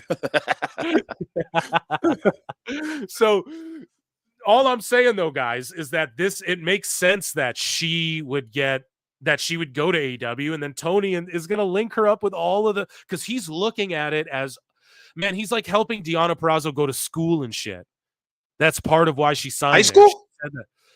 Oh, come on now, Awful. That's not very fair. Hey, what do I know? Deonna Purrazzo's a very intelligent worker in the ring, in a healthy AEW. But listen, they're like, he's like putting people in school and all this. He's looking at some of these people like who make music, swerving them. Like, okay, did Swerve pay to get who was just on Bun B, or is he? I think it was, but he got someone on his remix for the Swerve, his theme song remix. Like, I bet you Tony put the money up for that, because I've worked in the music business. People, you just pay them for features. Like, anyone will do any song if you just put the money up. You know what I mean? So they just put the money up, got him on this. Like, who did that? Probably Tony. He probably has an investment. Where did Swerve's music video drop? On the AEW music channel, right? Why? So that AEW gets because he puts the money out. He's putting these guys in studios and shit. I guarantee you. Okay. Is that stuff hitting views or anything like that? I mean, no. Honestly, that Swerve song did not do good, like, compared to what you would think. But if you guys are in AEW, let me give you this advice, and you're pursuing music. Just invest in yourself. Build a little home studio. Invest in yourself in the start, and just and don't like let him get a hold of your shit this early, man. You don't want to do that. But anyways, man, this makes complete and utter sense though, that Samantha would go there. And I've been saying it too. Like, there's no way she doesn't go there. Mole says, looks like Private Party are about to become the most valuable players. So they're going to join MVP's crew, according to this guy. So if that plays out, he's right. Early plans. Is that because they're black? Yep. Right, Arunsky. Early plans for Mark Briscoe to turn heel and join the BCC as kind of an attack dog. That was the way it was explained to me. The conglomerate will be no more. Remember what this guy said earlier? That they're going to put, this is before Dynamite. He said they're going to put Roddy, Cole, and Kyle back. We haven't heard shit from Fish because he didn't gel from Khan. Well, what did they do on Dynamite a week later, folks, after he said it? They put Roddy and Adam back. Now he's saying the conglomerate's breaking up. Thank fuck. Kyle's going to go back with Cole, MJF story. Cassidy will be facing Moxley, which they're clearly showing us on TV. He's all serious now and shit. And then where does that leave Kyle? He goes back with them. And where does that leave Mark Briscoe? He turns into a pit bull for the BCC. If that happens, awful. No one predicted that. No one predicted that happening. So there's no like, oh, if you watch the show, clearly Mark Briscoe is going to become a fucking skinhead and join the Neo Moxley clan. No one. So that's what I mean. If that is right, bro, that's insane. This guy's legit. So the Mole, he says, I mentioned about the Undisputed Era reunion a while ago, but as far as Tave and Ben go, they're penciled in plans for them to turn on Roddy and Adam. Guys, does that not also make sense? But again, you could discern that You could figure that out if you watch the show. It makes so much sense Right. to do that. Weird ass That story breeds with them teaming. skepticism for me. I mean, we know how I've Tony been Khan skeptical writes. this whole time. Yo, this guy said shit about Are you kidding WWE, me? and I heard you talk about this guy, and you're like, he's 100% legit. No, I said both though. Anything this guy said about WWE, I'm like, we can't believe. We got to take it with a grain of salt because that's just like we don't know for sure. I've been calling him awful. If you go back, listen to this running back. I've been saying, listen, some of this we can speculate, but some of this he can't know. He can't know Big Bill's going to carry Jericho up the ladder a week in advance. but you have a belief that he's legit. And I'm sorry, this light is just too goddamn bright for me. But yeah, you believe that he's legit. I do. Okay. I do. Yeah. I got to give it some time. Like, yeah, I'm a skepticist. That's fine. Yeah, and you know what I did too, bro? Before I did this, I spent like a day going back and looking, like not a whole day, but it was a couple hours. It was like, it was actually at nighttime.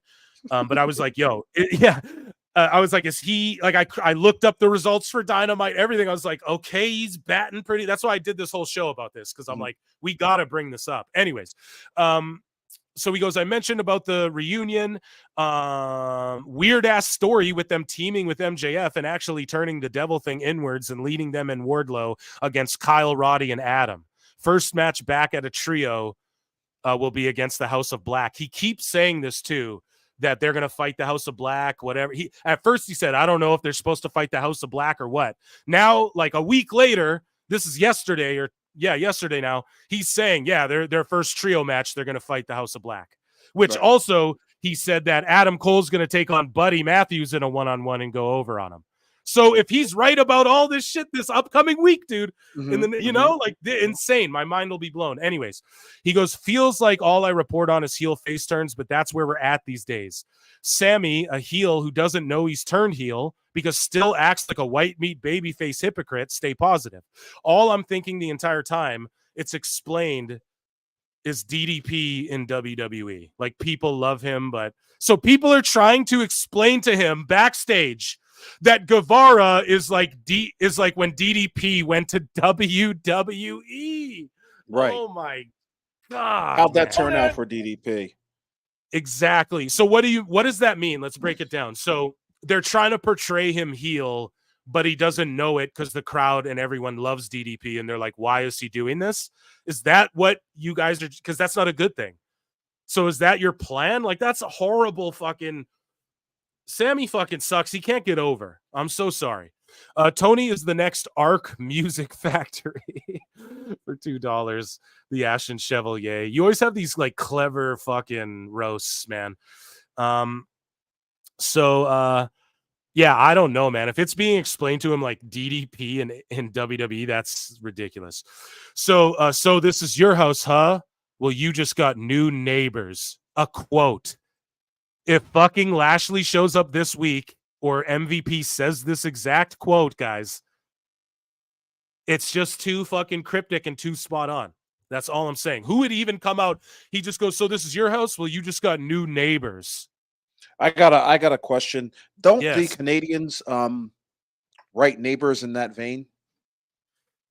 With the OUR? We absolutely do. Oh my God. Yeah. Europeans. Oh my God. Oh shit. Oh my God. Awful. Oh, You're I'm welcome. so glad you hopped on this, dude. Whole chat. Europeans and Canadians. Phil Marks is AEW mole confirmed. Oh my God. With the U. It's neckbeards. Watch. If he writes color and stuff like that with the U as well, or like canceled with 2 L's, he just gave himself up. Now we can whittle it down. Who's not from America? Who hasn't gotten a lot of screens? Yeah, who's backstage, doesn't get a lot of airtime, and is probably frustrated, apparently. Oh man. Ooh. Whoever stooged to someone mentioned in a post, this is why we can't have nice things. So someone stooged, whoever stooged to someone about the mole mentioned in a post somewhere, this is why we can't have nice things. Okay, so let's look that up on X. I'm gonna look up this quote. What is the exact quote here? This is why we can't have nice things. Where I completely lost my spot. Here we go. This is why we can't have nice things. Okay, so I'm gonna why we can't have nice things, and I'm gonna see which wrestlers come up here. A lot of people say stuff like that though, so it's hard. When it comes to wrestling, though, I wonder if you can narrow it down. I can't find anything. Yeah, where's didn't you just bring up Neckbeards? Where the fuck is he, man? We need someone who can he's like the greatest Twitter investigative journalist. He'll pull up a fucking, Yeah, he's got them buried somewhere. He's got bodies buried. Yeah, man. So we need him to dig up. I'm surprised you didn't pick up on that. So that's like the smoking gun right there. That's going to be the thing that's going to let us know whether AEW Mole has got credibility. That particular quote there. Well, you just got new neighbors, which is not the best quote in the world, by the way. That's not really clever. So no, but I could hopefully totally they can see dance MVP it up by next week. Yeah, I could totally see MVP or Lashley saying that though. Like Lashley saying that to someone. This is your house, huh?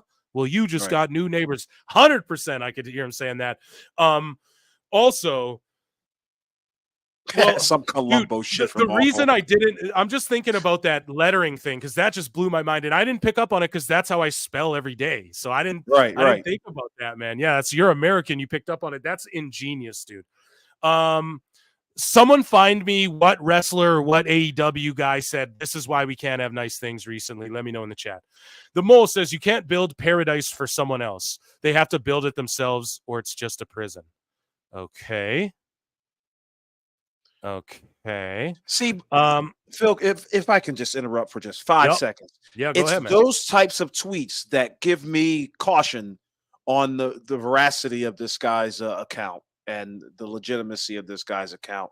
Like I am sick to death of all of these people doing these what do you call them, like indirect cryptic tweets, and it's just like, okay, you're better off just being direct. You're on Twitter, no time for crypticism or whatever. Right. Well, he is. Let me play devil's advocate here. He is super direct, and then he's cryptic from time to time. How I read this though is an artist with angst who is getting fed up with the shit. Bro, I read this as a fucking dude. I've worked on writing projects where I feel like I know the way and you have to eat shit and go another way. And you don't like that. And it's not going to pan out. And let's say it doesn't pan out.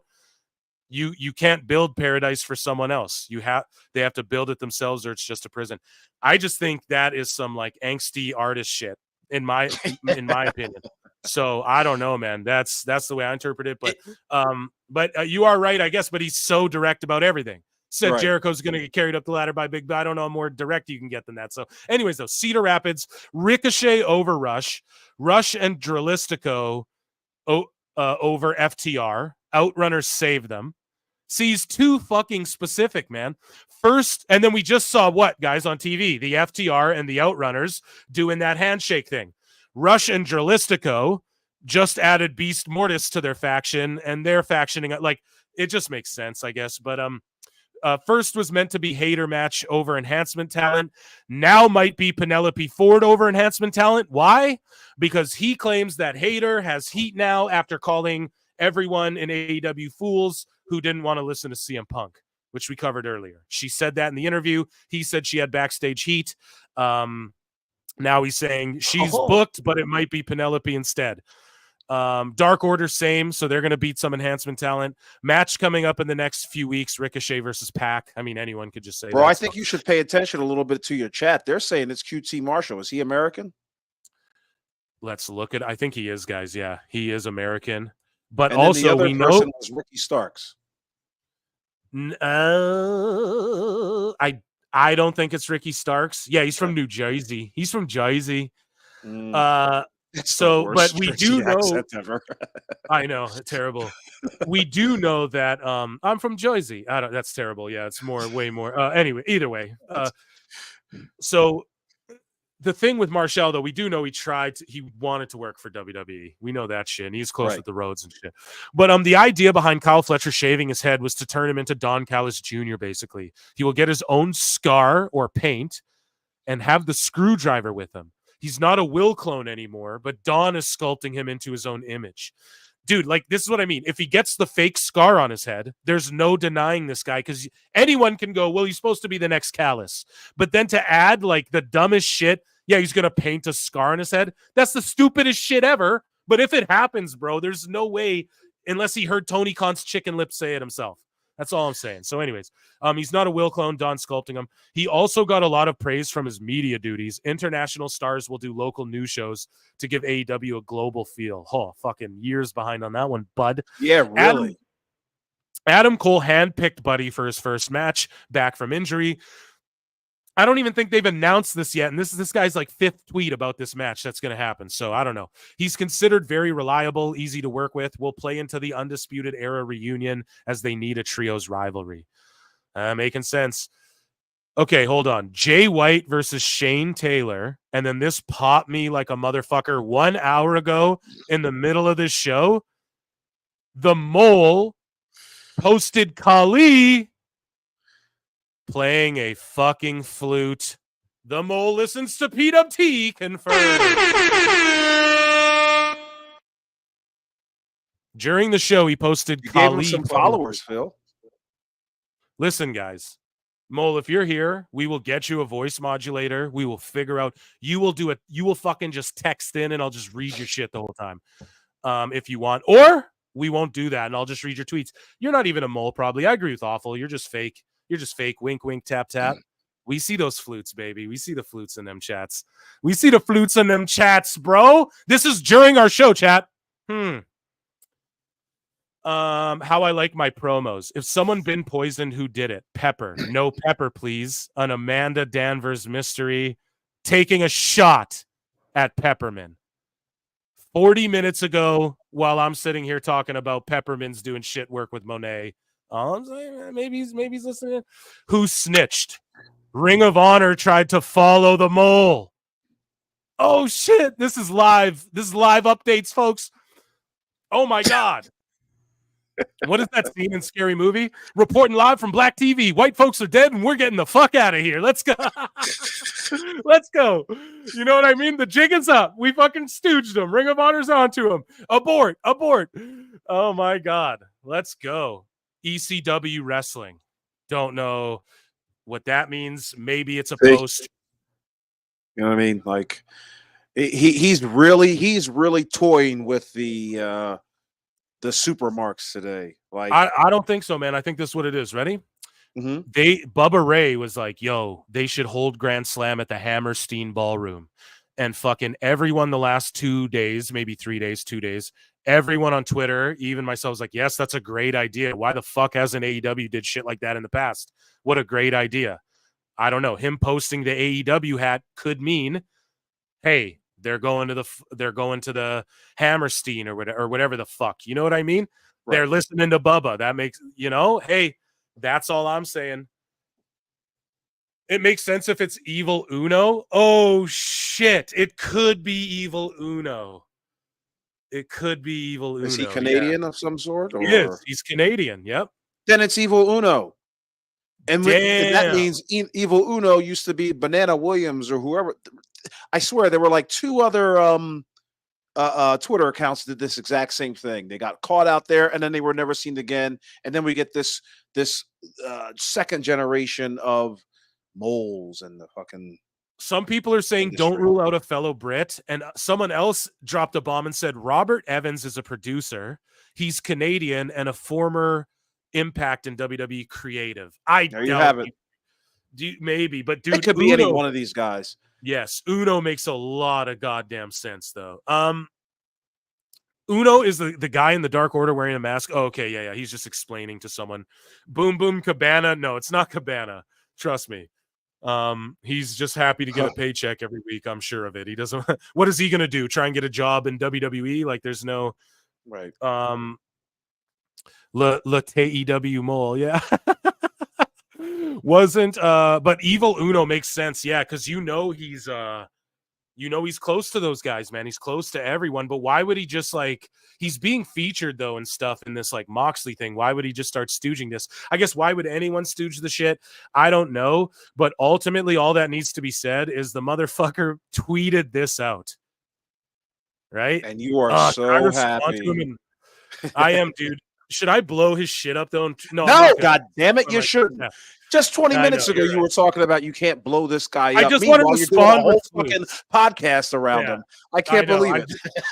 No, you have to believe it. He wants the shit out there. You know what I mean? I give this guy 3 more weeks, and then you'll never hear from him again. How's that like that Don Stevens guy. Like, what happened to that Don Stevens? That's who it was. Why did I keep saying Banana Boy? But yeah, everybody thought that I was goddamn Don Stevens for a minute. Like, yeah. Because Don Stevens, though, that dude, all he did was post like backstage at WWE stuff. This guy doesn't really talk about WWE stuff. He just goes, I've heard through the grapevine that like Shinsuke's back on the road, you know, but he never says, I heard for sure Shinsuke's on the road. Nothing like that. He said like 2 or 3 things about WWE. We chronicled his whole timeline here. He played flutes. Yeah, so that was amazing. And I don't know, man, we're going to keep chronicling this. Guys, this was an amazing, much longer than I had anticipated PWT run-in shows. Make sure you guys like subscribe if you're not, and just stay tuned in. Like, I'm going to do these run-ins whenever. That's why they're called run-ins. They might be in the morning, nighttime, whatever. There's no rhyme or reason to them.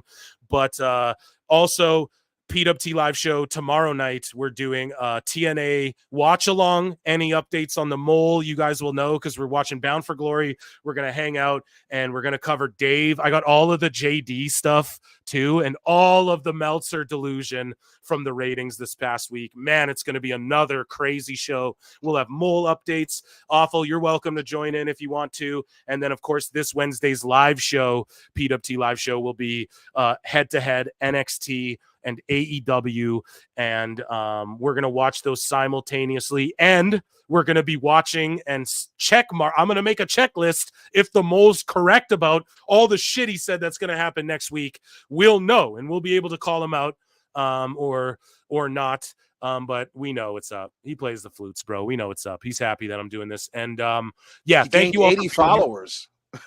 Good. There you go. 80. Yeah, these motherfuckers aren't hitting like either. We had like almost 400 of you guys. We got 100 likes. What are we doing? No, I'm just kidding, guys. But yeah, don't blow up his spot. I begged everyone. I was like, don't, you know, like, I guess he's private, so you got to if you want to see his shit. But just tap in here. He put the flutes in the chat, so we know that he's down. Okay, so I'm going to keep covering this if we can. I love you all. Awful. Thank you for being here. If you can, we're watching Bound for Glory tomorrow. Fucking be here, dude, if you can. If you have time, even 10 minutes.